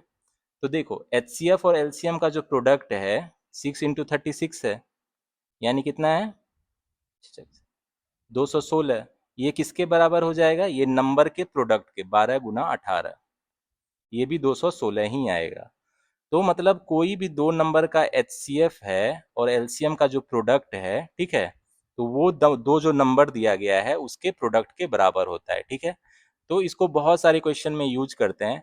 जब मान लो एक LCM दिया रहे तो HCF निकाल सकते हैं, HCF दिया रहे तो LCM निकाल सकते हैं, यदि दोनों नंबर का प्रोडक्ट पता हो तो। So this is the relation between LCM and HCF, ये भी आप ध्यान में रखना। चलो आप क्वेश्चन प्रैक्टिस करते हैं तो आपको नंबर सिस्टम का कॉन्सेप्ट और समझ में आएगा। हाई लेवल क्वेश्चन प्रैक्टिस करेंगे जो आपके SBI PO mains, IPS PO mains में आते हैं, ठीक है, और उससे आपका कॉन्सेप्ट क्लियर हो जाएगा। तो गाइज अब क्वेश्चन पे आते हैं, और मैंने पहले क्वेश्चन ही आपको चैलेंजिंग लिया है। ये क्वेश्चन आपको SBI PO mains previous year में पूछा जा चुका है, ठीक है। तो आपको चैलेंजिंग क्वेश्चन से स्टार्ट कराता हूँ। अगर नंबर सिस्टम के कॉन्सेप्ट क्लियर है तो देखना ये क्वेश्चन कितना आराम से मैं बन जाएगा, ठीक है। तो देखो क्वेश्चन पढ़ते हैं। Read the following information carefully and answer the question based on it, ठीक है। A sequence of number is given, मतलब एक सीक्वेंस दिया गया है नंबर का 18 A B C D unknown है, ठीक है, और 124। और यहाँ पे ये डायरेक्शन दिया गया है मेरा पी और क्यू के टर्म में ए बी सी का डिफरेंस का दिया गया है। अब देखो पी यहाँ पे दिया गया है, पी क्या है, पी है H C F of l and m, ठीक है, where l m are coprimes है, ठीक है। तो ये हिंट्स दिया गया। और क्यू क्या है, smaller root of quadratic equation का जो स्मॉलर रूट है वो क्यू है। तो देखो पी क्या है मेरा, पी लिख लेते हैं, ये क्वेश्चन में हिंट्स दिया गया, ये एच सी एफ है ऑफ एल एन एम। अब यहाँ एल एम तो मुझे पता नहीं है क्या है, लेकिन ये बोला गया है कि ये एल एम क्या है भाई, को प्राइम्स है। तो देखो अगर कॉन्सेप्ट क्लियर होगा, अगर आपने देखा होगा तो को प्राइम्स नंबर क्या होता है, को प्राइम्स ऐसा नंबर होता है जिसका एच सी एफ क्या होता है, 1 होता है, ठीक है। आपको एग्जाम्पल भी दिया था, लाइक 7 और 9 है, ये को प्राइम्स है क्योंकि इसका एच सी एफ क्या होता है, 1 होता है, ठीक है। तो यहाँ पे मुझे बोला गया है कि P क्या है भाई, एच सी एफ और एल एम एन है। तो P क्या हो जाएगा मेरा, P तो मेरा 1 दिया गया है भाई, क्योंकि एच सी एफ ऑफ को प्राइम्स नंबर क्या होता है, यहाँ L और M को प्राइम है तो इसका एच सी एफ तो 1 होता है, मतलब P मेरा 1 दिया गया है।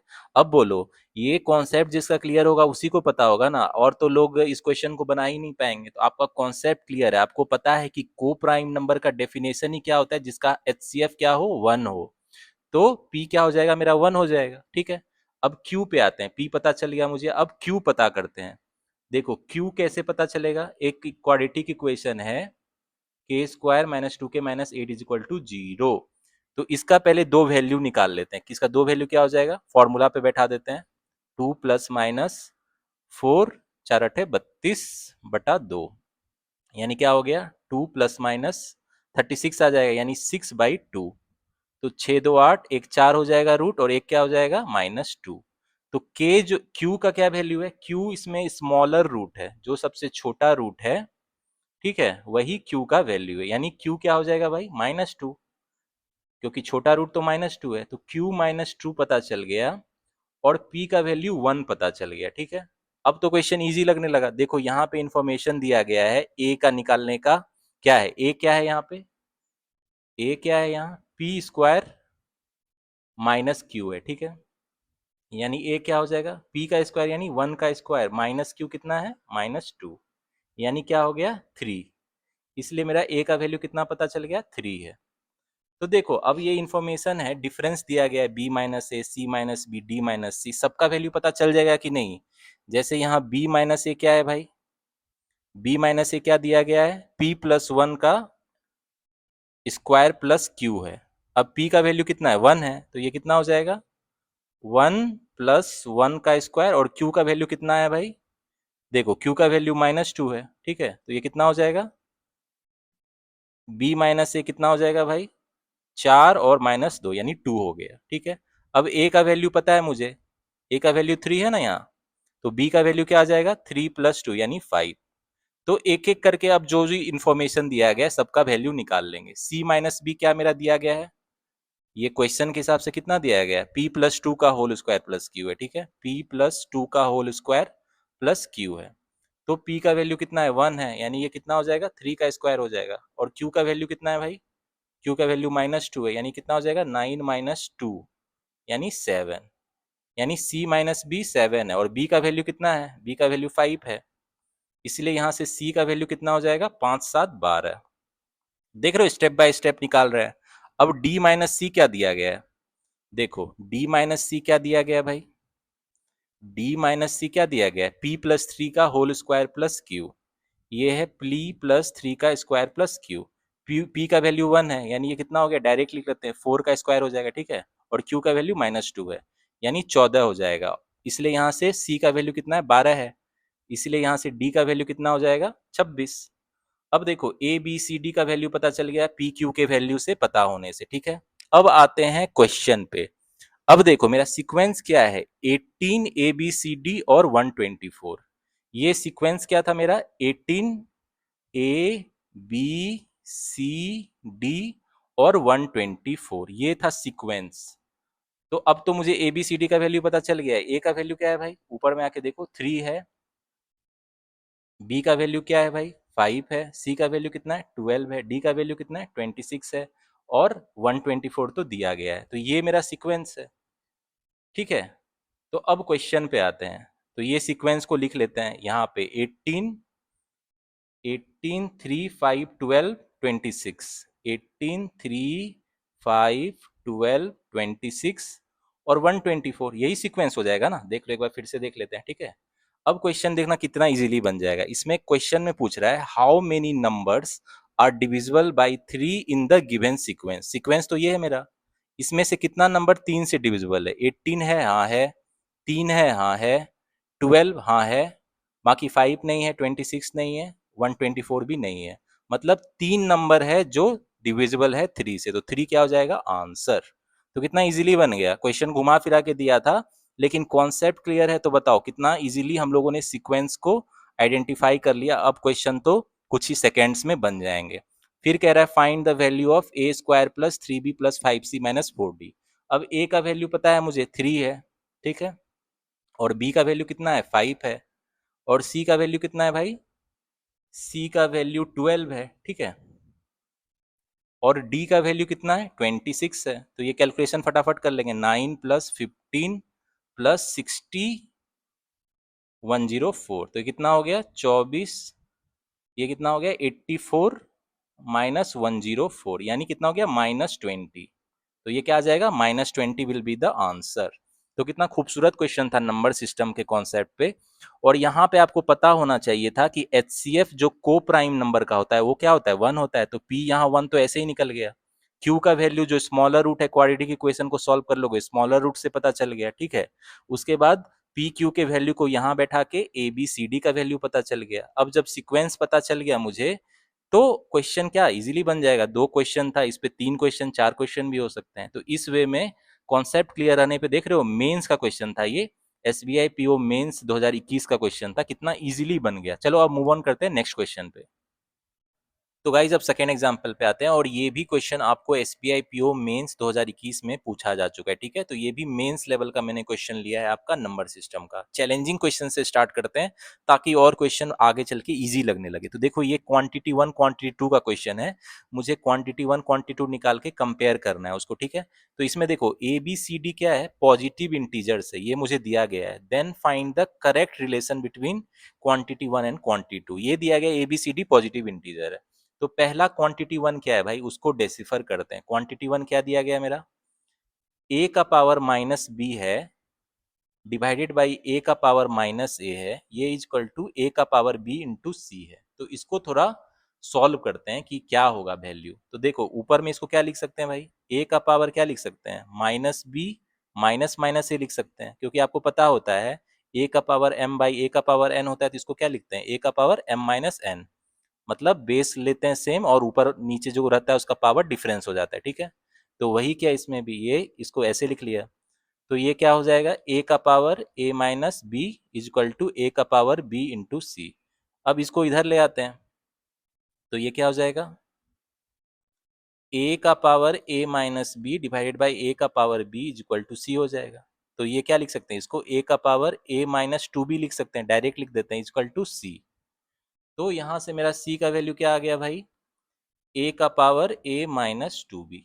अभी मुझे इतना इन्फॉर्मेशन पता है तो इसको पहले लिख लेते हैं। ठीक है, ये मुझे पता चल गया, एक इक्वेशन ये हो गया।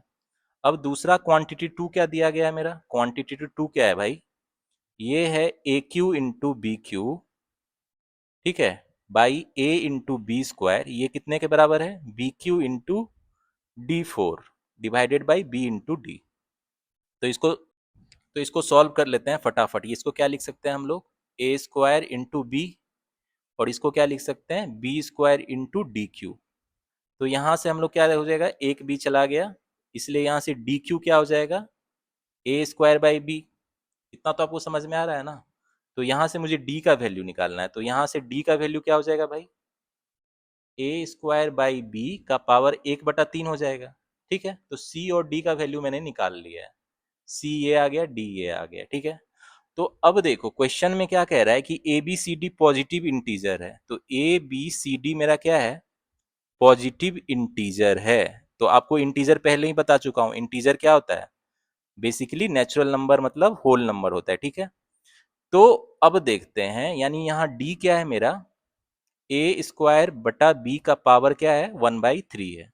तो यहाँ आप कॉमन सेंस यूज करोगे तो डी क्या होना चाहिए, परफेक्ट क्यूब होना चाहिए ना, परफेक्ट क्यूब होना चाहिए भाई, यानी ए का वैल्यू कितना, बी स्क्वायर होना चाहिए, क्योंकि देखो इंटीजर है, यहाँ पॉजिटिव इंटीजर है, तो ये इंटीजर होने के लिए ए बी स्क्वायर होगा, तभी ना डी का वैल्यू क्या हो जाएगा, कम से कम क्या हो जाएगा, ए स्क्वायर, यानी b4/b का पावर 1/3, यानी ये क्या हो जाएगा, BQ 1/3 यानी b, इसलिए डी का वैल्यू क्या आ जाएगा, b। तो ये कॉमन सेंस है, ये आप समझ लेना चाहिए, डी इक्वल टू बी आ गया। तो अब देखो क्या दिया गया, मेरा c मेरा दिया गया था, ऊपर से लिख लेते हैं, c कितना था, a का पावर a-2b, ठीक है, और मेरा d कितना था, d था a² का पावर 1/3, ठीक है। तो यहां से क्या हो गया, हम लोगों ने निकाल चुके हैं d इक्वल टू बी होगा, क्योंकि ऐसा क्यों है भाई, क्योंकि d इंटीजर है मेरा, ये तभी आएगा जब a का वैल्यू b² होगा, क्योंकि ये 1/3 है, तो ये bq होगा, तभी ये कट के b आएगा, तो d इक्वल टू बी हो गया। अगर आपको कंफ्यूजन हो तो मुझसे पूछ लेना। अब इसमें कुछ केस बैठाते हैं, मान लेते हैं if a equal to 1, a का वैल्यू 1 है, तो यहां से मतलब मेरा क्या हो जाएगा, a का वैल्यू अगर 1 है तो यहां से देखो b का वैल्यू भी 1 हो जाएगा ना, b का वैल्यू भी 1 हो जाएगा, ठीक है। तो वैल्यू ऑफ d क्या हो जाएगा, d का भी वैल्यू 1 ही हो जाएगा, और c का वैल्यू क्या हो जाएगा, देखो c का वैल्यू a का पावर a-2b है, तो ये भी 1 ही हो जाएगा, तो मतलब सारा 1 हो जाएगा। तो एक पॉसिबिलिटी क्या हो रहा है कि मेरा क्वांटिटी 1, ये क्वांटिटी 1 है ना, और ये क्या है क्वांटिटी 2, दोनों 1 है, मतलब एक पॉसिबिलिटी है कि quantity 1 is equal to quantity 2, ये तो एक पॉसिबिलिटी। अब देखते हैं कुछ और भी पॉसिबिलिटी है क्या, दूसरा पॉसिबिलिटी लेके चलते हैं। मान लेते हैं कि a का वैल्यू 4 है, इसमें रख रख के देखेंगे क्योंकि हमको आइडिया लेना है, ठीक है। a का वैल्यू अगर 4 होगा, ठीक है, तो b का वैल्यू क्या होगा, अब देखो a का वैल्यू 4 है, तो b का वैल्यू क्या होगा भाई, a का वैल्यू 4 है तो b 2 हो जाएगा भाई, यहां से देखो a का वैल्यू 4 है तो b मेरा कितना हो जाएगा, 2 हो जाएगा, स्क्वायर रूट हो जाएगा, और d का वैल्यू तो b के वैल्यू के बराबर है, यानी d भी कितना हो जाएगा, 2, और c कितना हो जाएगा, c देखो a का पावर क्या है, a का पावर a-2b, यानी ये तो 1 हो जाएगा, c मेरा 1 हो गया, ठीक है। तो यानी क्वांटिटी 1 कितना हो गया, क्वांटिटी 1 जो है वो मेरा 1 हो गया, और क्वांटिटी 2 कितना हो जाएगा, यानी d का वैल्यू कितना है, 2, तो यानी क्वांटिटी 2 क्या हो जाए, क्वांटिटी 1 मेरा 1 आ गया, और क्वांटिटी 2 का वैल्यू क्या आ जाएगा, 2, तो कौन सा बड़ा है, quantity 1 is less than quantity 2, एक ये भी केस आ गया। तो एक और देखते हैं, और आगे बढ़ के, क्योंकि इसमें कोई डेफिनिट नहीं आ रहा है। अब मान के चलते हैं a का वैल्यू 9 है, तो a का वैल्यू 9 है, तो यहां से देखो b का वैल्यू क्या आ जाएगा, स्क्वायर रूट हो जाएगा इसका, यानी b क्या हो जाएगा, 3। अब d का वैल्यू तो b के बराबर है, तो ये 3 हो गया, और c का वैल्यू कितना है, a का पावर a-2b, यानी ये कितना हो जाएगा, c का वैल्यू कितना हो जाएगा, 729, ठीक है। तो यहां से क्या हो गया, क्वांटिटी 1 मेरा क्या है भाई, क्वांटिटी 1 मेरा यानी c कितना है, 729, और क्वांटिटी 2 क्या है, d कितना है मेरा, 3, यानी इसमें quantity 1 is greater than quantity 2। तो देख रहे हो कंफ्लिक्ट हो रहा है, मतलब क्वांटिटी 1 इक्वल टू क्वांटिटी 2 भी आ रहा है, लेस देन भी आ रहा है, ग्रेटर देन भी आ रहा है, ग्रेटर देन भी आ रहा है, ठीक है। तो इसका आंसर क्या हो जाएगा भाई, इसका आंसर क्या हो जाएगा, सी हो जाएगा, या तो क्वांटिटी 1 इक्वल टू क्वांटिटी 2 है, या नो रिलेशन। क्यों नो रिलेशन आ रहा है भाई, क्योंकि एक केस में क्या हो गया, लेस देन आ रहा है, एक केस में ग्रेटर देन आ रहा है, अगर एक आता तब ना बोलते, इसमें या तो बराबर होगा या कोई रिलेशन नहीं होगा, तो मेरा सी क्या हो जाएगा, आंसर। तो थोड़ा चैलेंजिंग क्वेश्चन था, अगर फिर से एक बार समझा देता हूँ, देखो क्या है, सबसे पहले मेरा क्वांटिटी 1 हम लोग निकाल लिया सी के टर्म में, ठीक है, फिर क्वांटिटी 2 निकाल लिया डी के टर्म में, अब सब सारा इंटीजर है, तो ये इंटीजर होने के लिए ये कंडीशन चाहिए ना, ए को बी स्क्वायर होना पड़ेगा, तभी तो डी क्या होगा, डी क्यूब होगा तभी तो वैल्यू इंटीजर आएगा ना, इंटीजर होना चाहिए। तो यहाँ से डी और इक्वल टू बी हो गया, ठीक है। अब हम लोग डिफरेंट केस लेके आगे बढ़ेंगे, ए को 1 ले लेंगे तो B1 D1 C1 एक में इक्वल हो गया। एक दूसरे केस में लेंगे तो क्वांटिटी 1 लेस देन क्वांटिटी 2 आ गया। तीसरा केस लेंगे तो क्वांटिटी 1 ग्रेटर देन क्वांटिटी 2 आ गया। मतलब या तो quantity 1 is equal to quantity 2 है या नो रिलेशन है। इसमें क्या होगा, नो रिलेशन आ जाएगा, ठीक है, क्योंकि कंफ्लिक्ट हो रहा है। तो बहुत अच्छा क्वेश्चन था। अगर आपको नहीं समझ में आएगा तो मुझसे कमेंट सेक्शन में पूछ लेना, मैं आपके डाउट को रिमूव कर दूंगा, ठीक है। चलो अब आगे बढ़ते हैं नेक्स्ट क्वेश्चन पे। तो गाइस नेक्स्ट क्वेश्चन पे आते हैं। देखो इसमें क्या कह रहा है, n equal to 1 plus x है, जहां पे x is the product of 4 consecutive positive integer, ठीक है। Then which of the following is are by true. तो इस तरह के क्वेश्चन में देखो n is odd, n is prime या n is a perfect square, तो इसमें कौन सा ऑप्शन सही होगा। तो देखो एन क्या है मेरा, 1 प्लस एक्स है। अब यहाँ एक्स क्या है मेरा, product of 4 consecutive positive integer. तो पॉजिटिव इंटीजर है तो भाई कुछ भी ले सकते हैं, कोई भी केस में अगर होल्ड ट्रू करेगा तो सब में सही होगा। तो कंजिक्यूटिव पॉजिटिव इंटीजर क्या होगा भाई, 4 कंजिक्यूटिव पॉजिटिव इंटीजर। मान लो वो है 2 3 4 5, ये कंजिक्यूटिव है और पॉजिटिव इंटीजर भी है, तो इसका प्रोडक्ट क्या हो जाएगा, प्रोडक्ट हो जाएगा 2 × 3 × 4 × 5, यानी कितना हो गया, 4 × 5 = 20 दिया, 7 × 2 = 120। यानी n का वैल्यू क्या हो जाएगा, 1 प्लस ये x हो जाएगा, यानी x 120 है, तो ये कितना आ गया, 121। n का वैल्यू कितना आ गया, 121। अब 121 क्या है, परफेक्ट स्क्वायर है, हाँ बिल्कुल है, 11 का स्क्वायर है ना ये। और n प्राइम नंबर है, नहीं n प्राइम नंबर तो नहीं है भाई, प्राइम नंबर है ये तो 1 से है, 11 से भी कटता है और 121 से भी है, तो 1 एन इटसेल्फ के अलावा भी है, तो ये प्राइम नंबर नहीं है। n ऑड है, हाँ ऑड तो है भाई, यानी n इज ऑड ये भी सही है, n प्राइम ये नहीं है, n is a perfect square ये भी सही है, तो 1 एंड 3 क्या हो जाएगा, करेक्ट आंसर। तो बहुत खूबसूरत क्वेश्चन था, होपफुली आपको मजा आया होगा। चलो नेक्स्ट क्वेश्चन पे आगे बढ़ते हैं। तो गाइज अब मूव ऑन करते हैं नेक्स्ट क्वेश्चन पे। ये क्वेश्चन बहुत अच्छा है। इसमें क्या है कि लिस्ट 1 दिया गया है, लिस्ट 2 दिया है, एक प्रोडक्ट दिया गया है और digit in the unit place बताना है क्या होगा, ठीक है। तो बहुत अच्छा क्वेश्चन है।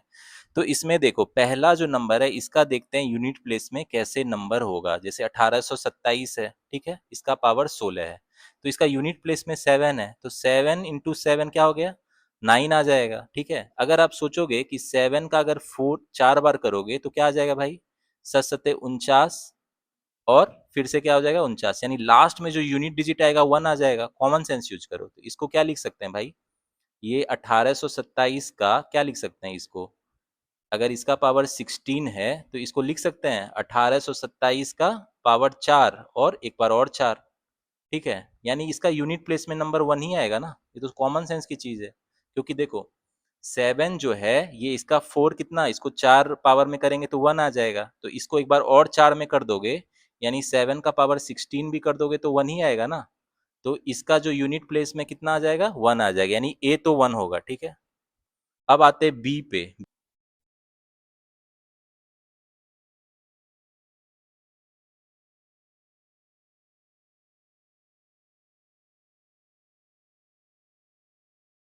तो गाइस इसका कैसे निकालेंगे, देखो इसका भी कॉमन सेंस यूज करेंगे। इसको हम लोग ऐसे ही लिख लेते हैं, जैसे 3 है, यूनिट डिजिट में 3 है, तो 3 का अगर 4 कर देंगे, 4 बार पावर होता है तो क्या आ जाएगा भाई, लास्ट में यूनिट डिजिट 1 बचेगा, ठीक है, यूनिट 1 आएगा, ठीक है। तो इसको हम लोग ऐसे लिख लेते हैं, 2153 का पावर जो है इसको 4 लिख लेते हैं, एक बार और भी 4 होगा तब भी तो यूनिट डिजिट में 1 ही आएगा, ठीक है, तब भी तो 1 ही आएगा। अब यहाँ 19 है, तो यानी ये इसको लिख सकते हैं 2153 का पावर 16 इंटू 2153 का पावर 3 लिख लेते हैं। अब इसमें यूनिट डिजिट क्या आ गया, 1 आ गया, और इसमें यूनिट डिजिट क्या आ जाएगा, 7 आ जाएगा। तो इसका एक्चुअल में यूनिट डिजिट क्या हो जाएगा, 7 हो जाएगा, सिंपल है, ठीक है। तो बी का क्या हो जाएगा यूनिट डिजिट, 7, यानी बी का क्या हो जाएगा, 4। अब तीसरा आता है सी का, क्या होगा, सी में क्या है भाई, 5129 का पावर कितना दिया गया है भाई, 21। इसको करते हैं अब, ठीक है। तो देखो इसमें क्या है कि अगर 5129 को 2 बार करेंगे तो यूनिट डिजिट में क्या आ जाएगा, 1 आ जाएगा, 9×9 = 81 हो जाएगा ना। यानी इसमें अगर एक बार 20 बार भी करेंगे तो 1 ही आएगा, ठीक है। तो इसको हम लोग क्या लिख सकते हैं, 5129 का पावर 20 इंटू 5129। इस केस में तो यूनिट डिजिट 1 ही आएगा, 9×9 = 81, और इवन टाइम्स है तो 1 ही आएगा। और एक टाइम्स इसमें क्या है 9 है, तो इसमें क्या आ जाएगा यूनिट डिजिट 9 आएगा, ठीक है। यानी सी में मेरा क्या आ जाएगा यूनिट डिजिट 9, यानी सी का क्या हो जाएगा 5, यानी ए का क्या है 1, बी का 4 और सी का 5, सी क्या हो जाएगा आंसर। तो इस तरह से कॉमन सेंस यूज करके आपको यूनिट प्लेस का निकालना पड़ेगा, रटने की कोई जरूरत नहीं है, कॉमन सेंस लगाना है बस, ठीक है। चलो अब आगे बढ़ते हैं नेक्स्ट क्वेश्चन पे। तो गाइज ये क्वेश्चन आपका होमवर्क का क्वेश्चन है, अगर आपको नंबर सिस्टम का कॉन्सेप्ट समझ आ गया होगा तो इस क्वेश्चन का आप इजीली बना लोगे। तो इस क्वेश्चन का आंसर मुझे बताओ कमेंट सेक्शन में क्या होगा, ठीक है। तो मुझे tell me the answer of this question in comment section. बहुत खूबसूरत क्वेश्चन है, कॉन्सेप्चुअल है, होपफुली आपको जल्दी बन जाएगा। तो होपफुली आज आपको मजा आया होगा नंबर सिस्टम में। आने वाले टाइम में मैं और भी हाई लेवल के नंबर सिस्टम वाले क्वेश्चन आपको प्रैक्टिस कराऊंगा। तो बेसिकली अब इस कॉन्सेप्ट को अच्छे से क्लियर कर लेना, क्योंकि जो हाई लेवल क्वेश्चन है वो आपके कॉन्सेप्ट क्लियर होने पे ही बनेगा, ठीक है। जो हाई लेवल क्वेश्चन है वो डाटा सफिशिएंसी का भी हो सकता है, ठीक है, डाटा सफिशिएंसी होगा, या क्वांटिटी 1 क्वांटिटी 2 होगा, ठीक है, क्वांटिटी 1 क्वांटिटी 2 क्वांटिटी 3 उस पे भी बेस हो सकता है, या इसके ऊपर कैसलेट भी बेस हो सकता है, ठीक है। पैराग्राफ दिया रहेगा, आपको आंसर करना पड़ेगा, या अरिथमेटिक वर्ड प्रॉब्लम जो हाई लेवल पे है, जो अरिथमेटिक वर्ड प्रॉब्लम है moderate to high level number system पे एसबीआई पीओ मेंस में जो आते हैं वो भी प्रैक्टिस कराऊंगा। तो मेक श्योर आज जो भी मैंने कॉन्सेप्ट पढ़ा है उसको अच्छे से देख लेना, एक बार दो बार जितना बार देखो, लेकिन कॉन्सेप्ट क्लियर कर लेना 100%, ताकि आने वाले टाइम में जब मैं हाई लेवल क्वेश्चन कराऊंगा तो आपको समझ आ जाए। तो गाइज होपफुली आज आपने एंजॉय किया गया नंबर सिस्टम। आपको कोई भी डाउट या क्वेरी हो तो मुझसे कमेंट सेक्शन में पूछ लेना, मैं आपके डाउट को दूर करूंगा, और कॉन्सेप्ट क्लियर कर लेना अच्छे से, ठीक है। तब आने वाले टाइम में हम लोग और भी हाई लेवल क्वेश्चन सॉल्व करेंगे। So guys see you in the next video, till the time keep studying, keep preparing and keep enjoying.